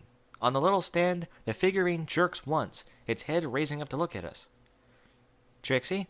Green greets her, with a polite nod of her head. I remember the last time Trixie let me speak first, and I mirror the gesture. Envy? Siren? The little doll addresses us in turn, and Green frowns at the use of her stage name. The implicit put-down goes well with what I think is a modified Magician Oz crowd number 3, and I have to admire the technique. It insults Green, while projecting that she's lucky Trixie acknowledged her at all, reinforcing her status as Trixie's subordinate. The great and powerful Trixie is pleased to see that you managed not to get yourself killed. Well done, Envy. This one's tougher than she looks. Green demurs, tapping my shoulder with a hoof. I'm not sure how to feel about that. She's ready to travel. She won't be doing that run in the leaves anytime soon, but I can get her down to Neptune's bounty whenever you're ready for her. She's champing at the bit to be on the next sub out of here, and I could not blame her. Trixie is impressed by your generosity, Envy. Submarine seats are worth a pony's weight in bits these days. Trixie assumes you'll be paying her way. Her words come with a cutting sarcasm, mocking Green for assuming she would help a pony in need. For a moment, it's enough to make me forget what Green is, and I remember why I hate this pony. Green says nothing, the little doll letting out a hiss like escaping breath. That's what Trixie thought. You aren't going to Neptune's bounty. Has Siren told you who she claims to be? I introduced myself. I snap at the little doll, but Trixie only gives a short, curt laugh. Trixie is sure you did, but unless Trixie has misread Envy, there's a detail you left out. You were all too eager to let Trixie know that you were Celestia's personal student. Green's eyes widen, and she turns sharply to look at me. Some reason you didn't feel the need to tell her? It didn't come up, I insist. Green's increasingly unfriendly gaze putting me on the defensive. Her eyes are narrow, her body tense, her face pulled tight like a snarling animal. I was scared. I had to ask about the city. It just didn't seem important. Normally, Trixie would have thrown you to the mockers for trying to con her this way. Trixie says. This time she's using a more magnanimous tone, making a wide gesture with her hoof up. I don't recognize the specific form, but I'm sure that awful witch of a pony is getting this from somewhere. But there is a certain degree of corroborating physical evidence. Trixie has confirmed that a ship was recently sunk outside the city, and Envy has already determined that you have been eating ship rations for the last few weeks. Trixie is not willing to believe you yet, but on the off chance that you really are the princess's student, Trixie is sure she'll part with much to have you back. My cheeks burn, and I shout before I think. That's why you helped me? So you could ransom me back to Celestia? I look at Green for some sign of outrage, but she just looks hard, and there's no support there. Well, you can forget it. Both of you. I won't be your hostage. A flash of pain rushes through my ankle when I stamp my hoof for the floor for emphasis, but I bite it down. Imagine, me, returning to Celestia's court because I was saved by a witch and a freak. I have my dignity. Very well. Trixie raises a hoof to gesture to the door behind me. Go ahead. What? I look over to the door and its many locks. You can't keep me here, I insist, glaring down at the little statue. This is an obvious game, and I'm not going to fall for it. Theatrics like hers might move common ponies or get me when I'm unsettled, but she can't push me around now.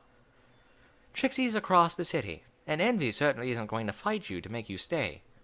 If you don't find Trixie's terms acceptable, you're free to go. It's a thick door, and it's braced with more hinges than it needs, probably to make it harder to break down. There are chains, deadbolts, and a wedge I didn't see before, that Green used to spike the door shut before she came in. Well? Trixie demands. The doll's face doesn't move, but I know she's sneering at me, judging me. Green should be coming to my aid, but she's just giving me a silent glare. When I look up at her for help, her gaze only narrows, lips curling back faintly. I look to Green, stepping up to her. Please, I didn't mean to hide anything from you. I didn't think it was important. I still don't know why it's important. Yes, I'm Celestia's student, but I'm sorry, but please, you can't let her do this to me. I need your help. She slaps me. It takes me a second to figure out what just happened. Like the different parts of the slap arrive out of order. My view abruptly jumps to the side. My neck hurts. I hear the clap of impact, and then I feel the shock of pain. Her horseshoes are icy cold, but as I reel backwards, I can already feel the heat spreading through my face. I freeze on the spot, reaching up to my cheek.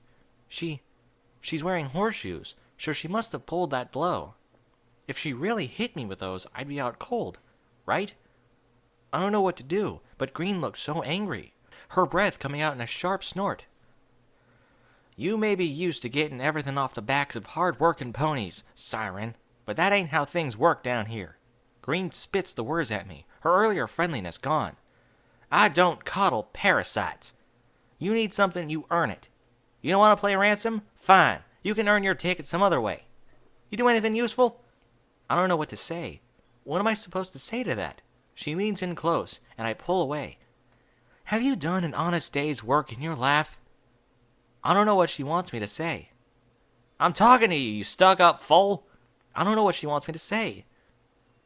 I don't know what she wants me to say. I don't know when I started crying. I only notice it when my vision starts to blur. I'm looking up at Green, just muttering the same thing over and over. I'm sorry. I'm sorry. I'm sorry. I'm so sorry. I can't even get that right. I'm slurring all the words, making a mess of it. Probably just making her angrier. Trixie can see what you meant about this one being stronger than she looks, Envy. Trixie snorts. Pathetic. She has an appointment at Dr. Stable's to get her blood tested. That will tell us for certain if she is who she claims to be. Clean her up and get her down there. I don't do doctors, Trixie. They all report to the medical pavilion, you know that. Green mutters, watching me quietly. I can't see her clearly. My vision is too blurred by tears, but I don't know how she's looking at me. Then have Barry Punch take her in. Trixie doesn't care. The automaton insists, its tone leaking frustration. Wire ahead to let her know we're coming. Call it 2 or 3 hours. Green murmurs, as I try to rub my eyes. She moves and I squeak, shielding my head before she can hit me. Fine. Oh, and one more thing. Remember not to use her full name in front of security. Trixie isn't the only pony who still has connections on the surface. I can hear a faint mechanical whir and the sound of the crystal popping out of the socket. Then, the room is quiet. There's not a sound. Just me, sobbing like a stupid little fool. Green touches my shoulder, and I reflexively curl up tighter. "I'm sorry!" I shout. I realize that I'm inconsolable and irrational, and a terrifying thought enters my head. I grab onto her hooves, begging, "Please, don't hypnotize me." "I'm not going to do that, Siren. Behind her, the kettle starts to hiss, the sound of boiling water spilling out into the room. She doesn't seem sure of what to say, the kettle's whine carrying over the sound of my pathetic whimpering for what seems like an eternity. "Come on now, wipe those tears. Crying never helped any pony with anything." I force myself to keep quiet, squeezing my eyes shut and letting the last tear roll down my face. She's right, of course. This was my fault. No need to make it worse. I reach up to rub my tears away, and when I open my eyes again, I can see her giving me an uncertain look, her mouth a tight frown. "You need a bit to pull yourself together before we can go." She looks at the stove and levitates the kettle away. No pony says anything as she pours 2 cups. I'm looking at my hooves, so I'm not sure if she's looking at me. "You like music, right?" I nod, and she dumps 1 tea bag into each cup. "Good. Give this a bit to cool off. It'll make you feel better. I've got more classics here. You can listen for a spell." She levitates the teacup to sit on the counter near me. Thank you," I murmur, as she pulls the box of records out from under the counter. It's obvious she intends to plunk me down in front of the phonograph until she's ready to deal with me, or until I'm coherent enough to deal with her. Which is fair. I wouldn't want to deal with a sub-pony in my condition. "Yeah," she agrees, mouth still a tight frown, shooting me a glance. "Just try to calm down." A few moments later, she turns the crank, and the music starts.